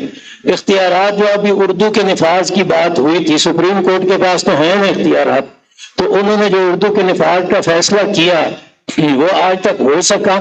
جو دستور میں لکھا ہوا ہے کہ اسلامی نظریاتی کونسل کی فائنل رپورٹ جو قوانین کے بارے میں ہے اس کے متعلق 2 سالوں میں قوانین بنانے ہوں گے، تو پارلیمنٹ نے عمل کیا اس کے اوپر؟ جب نہیں کیا تو اسلامی نظریاتی کونسل کے پاس تو کوئی ڈنڈا اس کا نہیں ہے. البتہ یہ ہے کہ بعض دفعہ جب اسٹیٹ پھنس جاتی ہے کسی مسئلے میں، آپ کو شاید پتہ ہو کہ یہاں ہندو مندر بنانے کا مسئلہ پیش آیا تو اس کے اوپر بہت زیادہ کنٹروورسی آئی، تو اس میں سے کونسل نے نکالا. آپ کا وہ زینب کیس آیا تھا، اس کے لیے کونسل نے بہت زیادہ کوشش کی اور اللہ نے کیا تو وہ کچھ کسی طریقے سے ٹھنڈا ہو گیا اور آگے چل پڑا. آپ کا وہ پریانکا کمارا جو تھا، وہ جس کو مار دیا گیا تھا سیال کوٹ میں، اس کے لیے کونسل نے بھاگ دوڑ کی. امن و امان کے حوالے سے کونسل ایسے کام کر رہی ہے جو بیسیکلی اس کے کام میں شمار نہیں ہوتے، لیکن اس کے باوجود کونسل بھاگ دوڑ کر کے اس کے لیے کوشش کر رہی ہوتی ہے. اسٹیٹ زیادہ تر اسی وقت رجوع کرتی ہے کونسل کی طرف جب وہ مذہبی حوالے سے کسی کام میں پھنس جاتی ہے. تو یہ ہمارے مسائل ہیں، اس کے لیے ہمیں نیچے سے پریشر بنانا ہوگا. پریشر کیا، اویئرنیس بنانی ہوگی. تو انشاءاللہ ہم ایسی چیزیں تجویز کر سکتے ہیں. آپ پہلا کام یہ کریں کہ مجھے پروفیشنلز کی لسٹیں دے دیں، پھر ہم بیٹھ کے انشاءاللہ اس کو چاک آؤٹ کر لیتے ہیں. اور آج عہد کر کے اٹھتے ہیں کہ انشاءاللہ ہم عوامی مہم ایک شروع کریں گے، پبلک کانٹیکٹ شروع کریں گے اور اسپیسیفک مسائل کے اوپر کریں گے. اگر ہم کہیں کہ اللہ تعالیٰ مالک ہے، سب جانتے ہیں، قرآن مجید کی تعلیم دے دیں، لیکن قرآن مجید میں جب لکھا ہے کہ اللہ رب العالمین ہے تو زندگی میں کیسے اپلائی کرنا ہے، اس کے لیے ہمیں ضرورت ہوتی ہے فقہی مسائل کی، اس کے لیے ہمیں اخلاقیات کی ضرورت ہوتی ہے. کون سا کام کیسے کر سکتے ہیں، وہ کرنے کے لیے ہم نے جو ہے وہ محنت کرنی ہے اور کام کرنا ہے. تو انشاءاللہ تعالی ہم کریں گے، مایوس نہیں ہونا. اور آپ جو ہے اس قسم کی لسٹیں بنائیں، خود والنٹیئر ہوں، سامنے آئے تو انشاءاللہ آگے اس کام کو چلاتے ہیں. بہت شکریہ.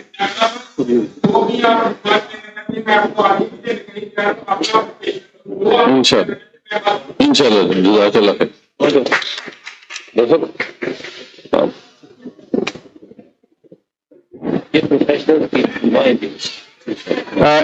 مختصر سی بات، آپ بھی کافی دیر سے یہاں پر موجود ہیں.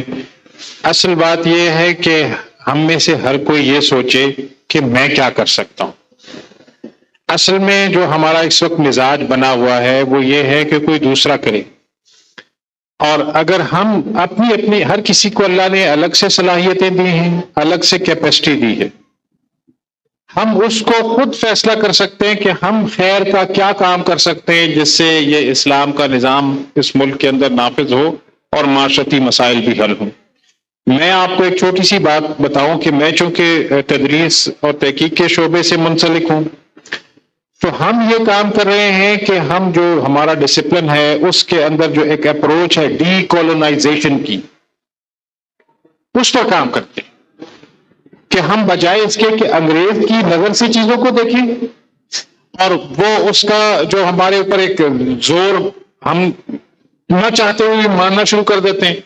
اس کی ایک چھوٹی سی میں مثال دوں کہ وہ جب صرف ایک چینل ہوتا تھا ہمارے ملک میں تو بھی ایکس فائل ایک پروگرام چلتا تھا انگریزی، جس میں وہ اپنی انٹیلیجنس ایجنسیز کی دھاک ہم پر بٹھاتے تھے کہ ہم کس طرح سے دنیا کو چلا.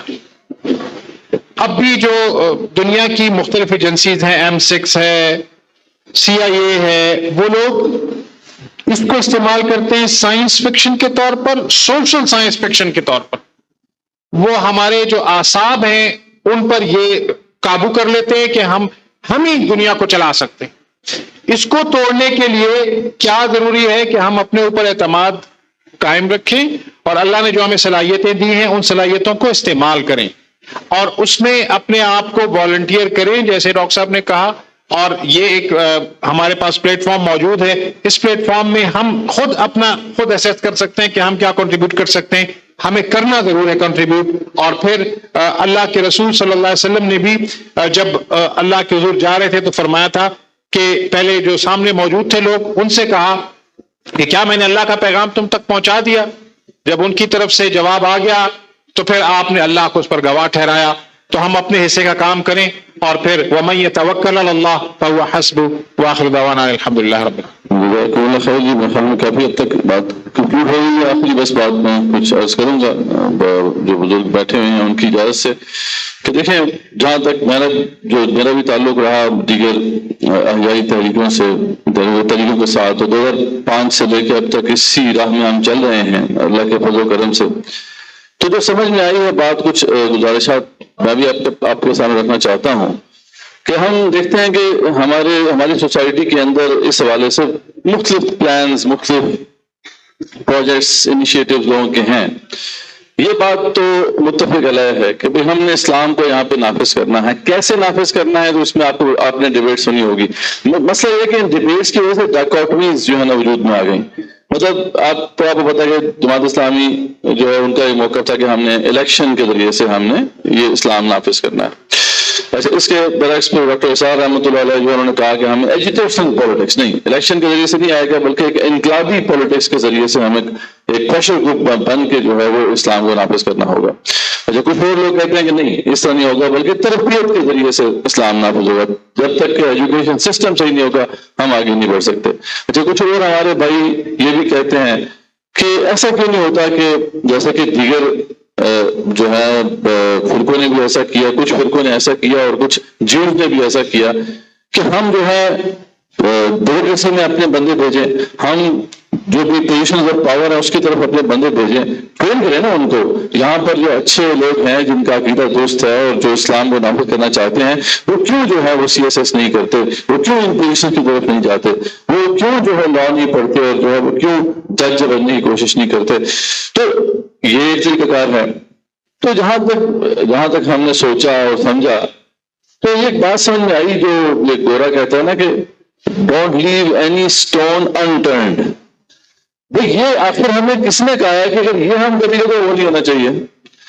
ساری کی ساری ایفرٹس جو ہیں وہ اگر ایک ساتھ میں اگر ہم کر سکتے ہیں تو کیوں نہ ہم کریں. یہ سوال ہے جو میں آپ سب کے سامنے رکھنا چاہتا ہوں کہ ڈاکٹر صاحب نے کہا کہ جماعت اسلامی جو ہے وہ ایجوکیشن، وہ جماعت اسلامی جو ہے وہ ٹیلی پالیٹکس کرتی ہے. میرا جماعت اسلامی کے جو ہمارے دین ہیں ان سے یہ گزارش ہے کہ آپ اس کے ساتھ ایجوکیشنل پالیٹکس بھی کریں. اور ہم دیکھ رہے ہیں کہ جب وہ ایجوکیشنل پالیٹکس کرتے ہیں تو فائدہ ہوتا ہے. جیسے وہ ہدایت الرحمان جو ہے مفتی ہدایت الرحمان صاحب نے جو ہے بلوچستان میں کیا، یا پھر کراچی کے اندر جو حافظ نعیم الرحمان صاحب نے کیا.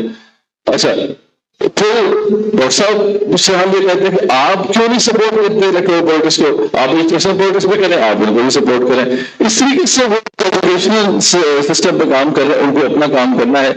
اور یہ کتنی بڑی مطلب سمجھنے کے ایک عجیب کیفیت ہے. میں جب پہلی دفعہ جب گیا اسلامی نظرتی کونسل میں، جب میں بیٹھا ہوا تھا تو میں ایک سوچ میں پڑ گیا کہ دنیا میں کہیں پر اور ایسا ہے کہ ایک ریاستی ادارہ ہے اور وہاں بیٹھ کے آپ کو یہ فیلنگ آ رہی ہے کہ تحریکی ساتھی ہیں ہمارے، مطلب بھی ایسا ہو سکتا ہے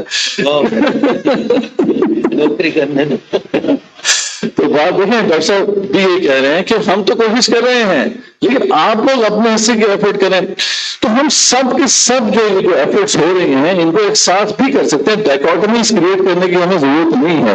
ہم ساتھ مل کر اگر کوشش کریں گے تو ہم سکسیسفل ہوں گے اور ہوئے ہیں. میں یہاں پہ بیٹھے ہوئے ہیں ایڈوکیٹ عبدالرحمان صاحب، ان کی بڑی اسٹرگل ہے ٹرانسجینڈرزم کے خلاف، اور جو بھی یہ ٹرانسجینڈر ایکٹ کے خلاف انہوں نے کوشش کی. یہ آپ کو بتائیں گے کہ کس طریقے سے اس سے سکسیس اچیو ہوئی. سکسیس تو اچیو نہیں ہوئی بھی، ابھی ہم کوشش کر رہے ہیں، لیکن انہوں نے طریقہ بتایا کہ دیکھیں اس میں انہوں نے جوڈیشل اسٹرگل بھی کی، اس میں جو موومنٹس تھی انہوں نے بھی ساتھ دیا، جو مذہبی مختلف جماعتیں انہوں نے بھی ساتھ دیا، اسلامی مدتی کونسل نے اپنا رول ادا کیا، فیڈریشن کورٹ نے اپنا رول ادا کیا.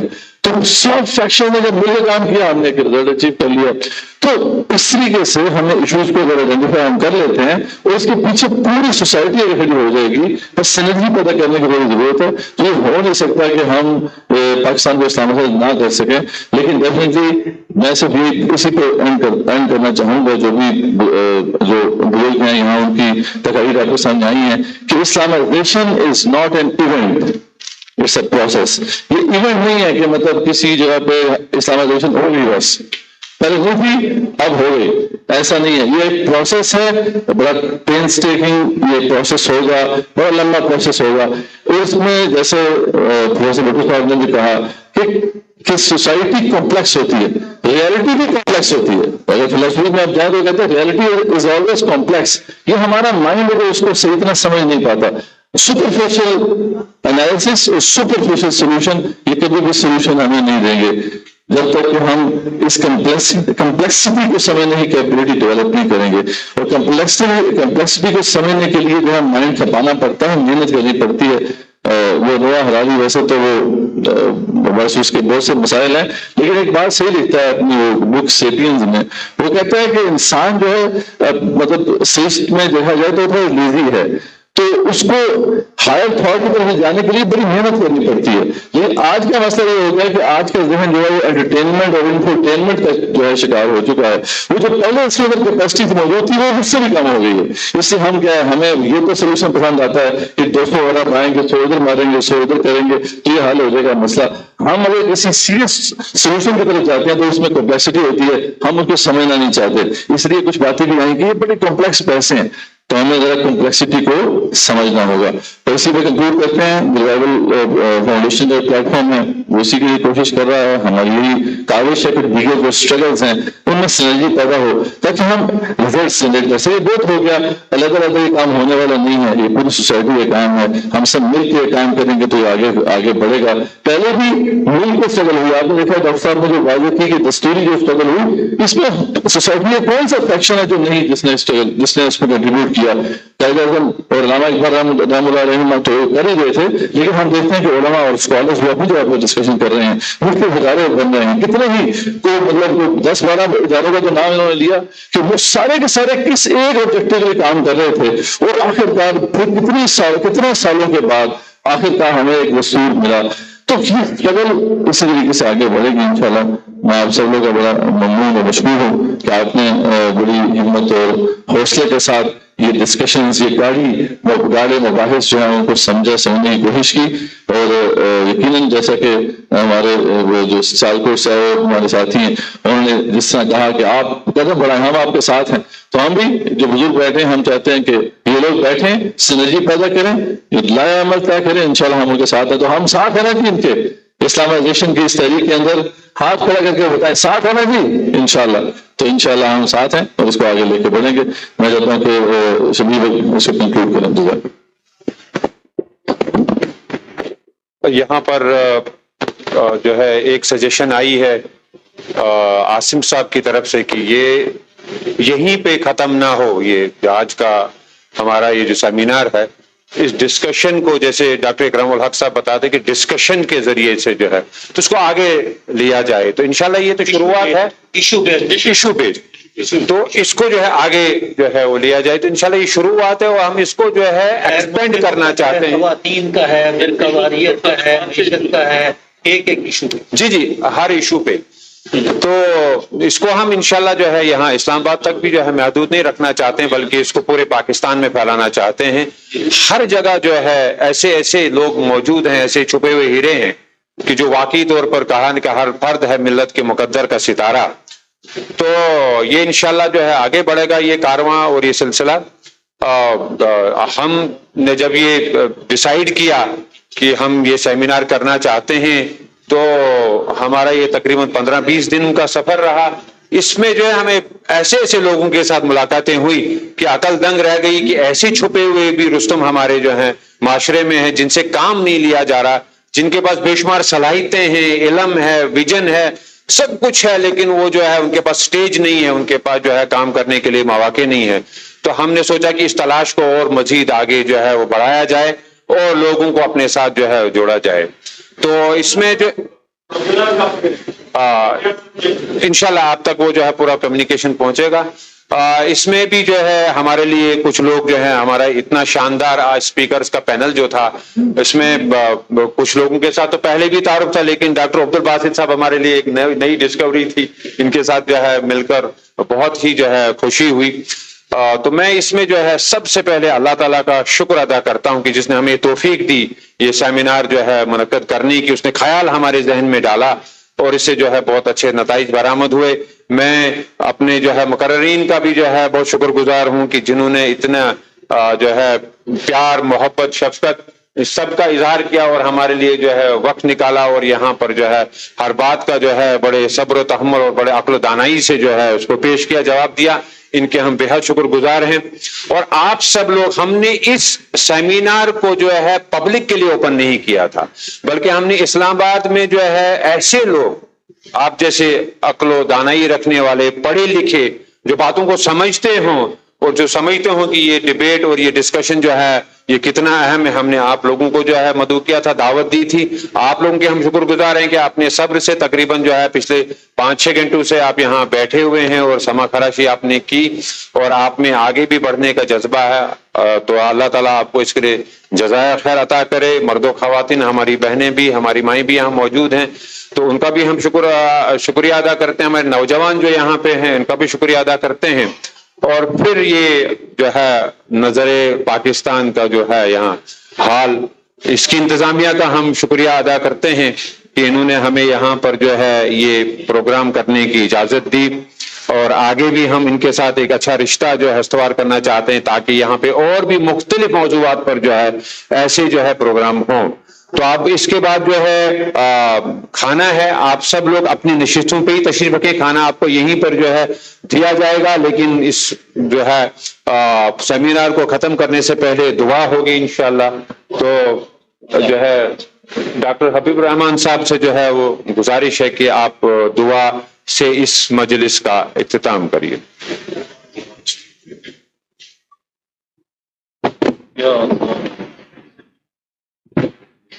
الحمد للہ رب العالمین والصلاة والسلام علی رسولہ الکریم. ربنا آتنا فی الدنیا حسنۃ وفی الآخرۃ حسنۃ وقنا عذاب النار. ربنا لا تزغ قلوبنا بعد إذ هديتنا وهب لنا من لدنك رحمة إنك أنت الوهاب. دعا فرمائیں جس مقصد کے لیے آج کا یہ پروگرام کیا گیا ہے، اللہ تبارک و تعالی ان مقاصد کے اندر منتظمین کو بھی اور ہم سب کو کامیابی عطا فرمائے.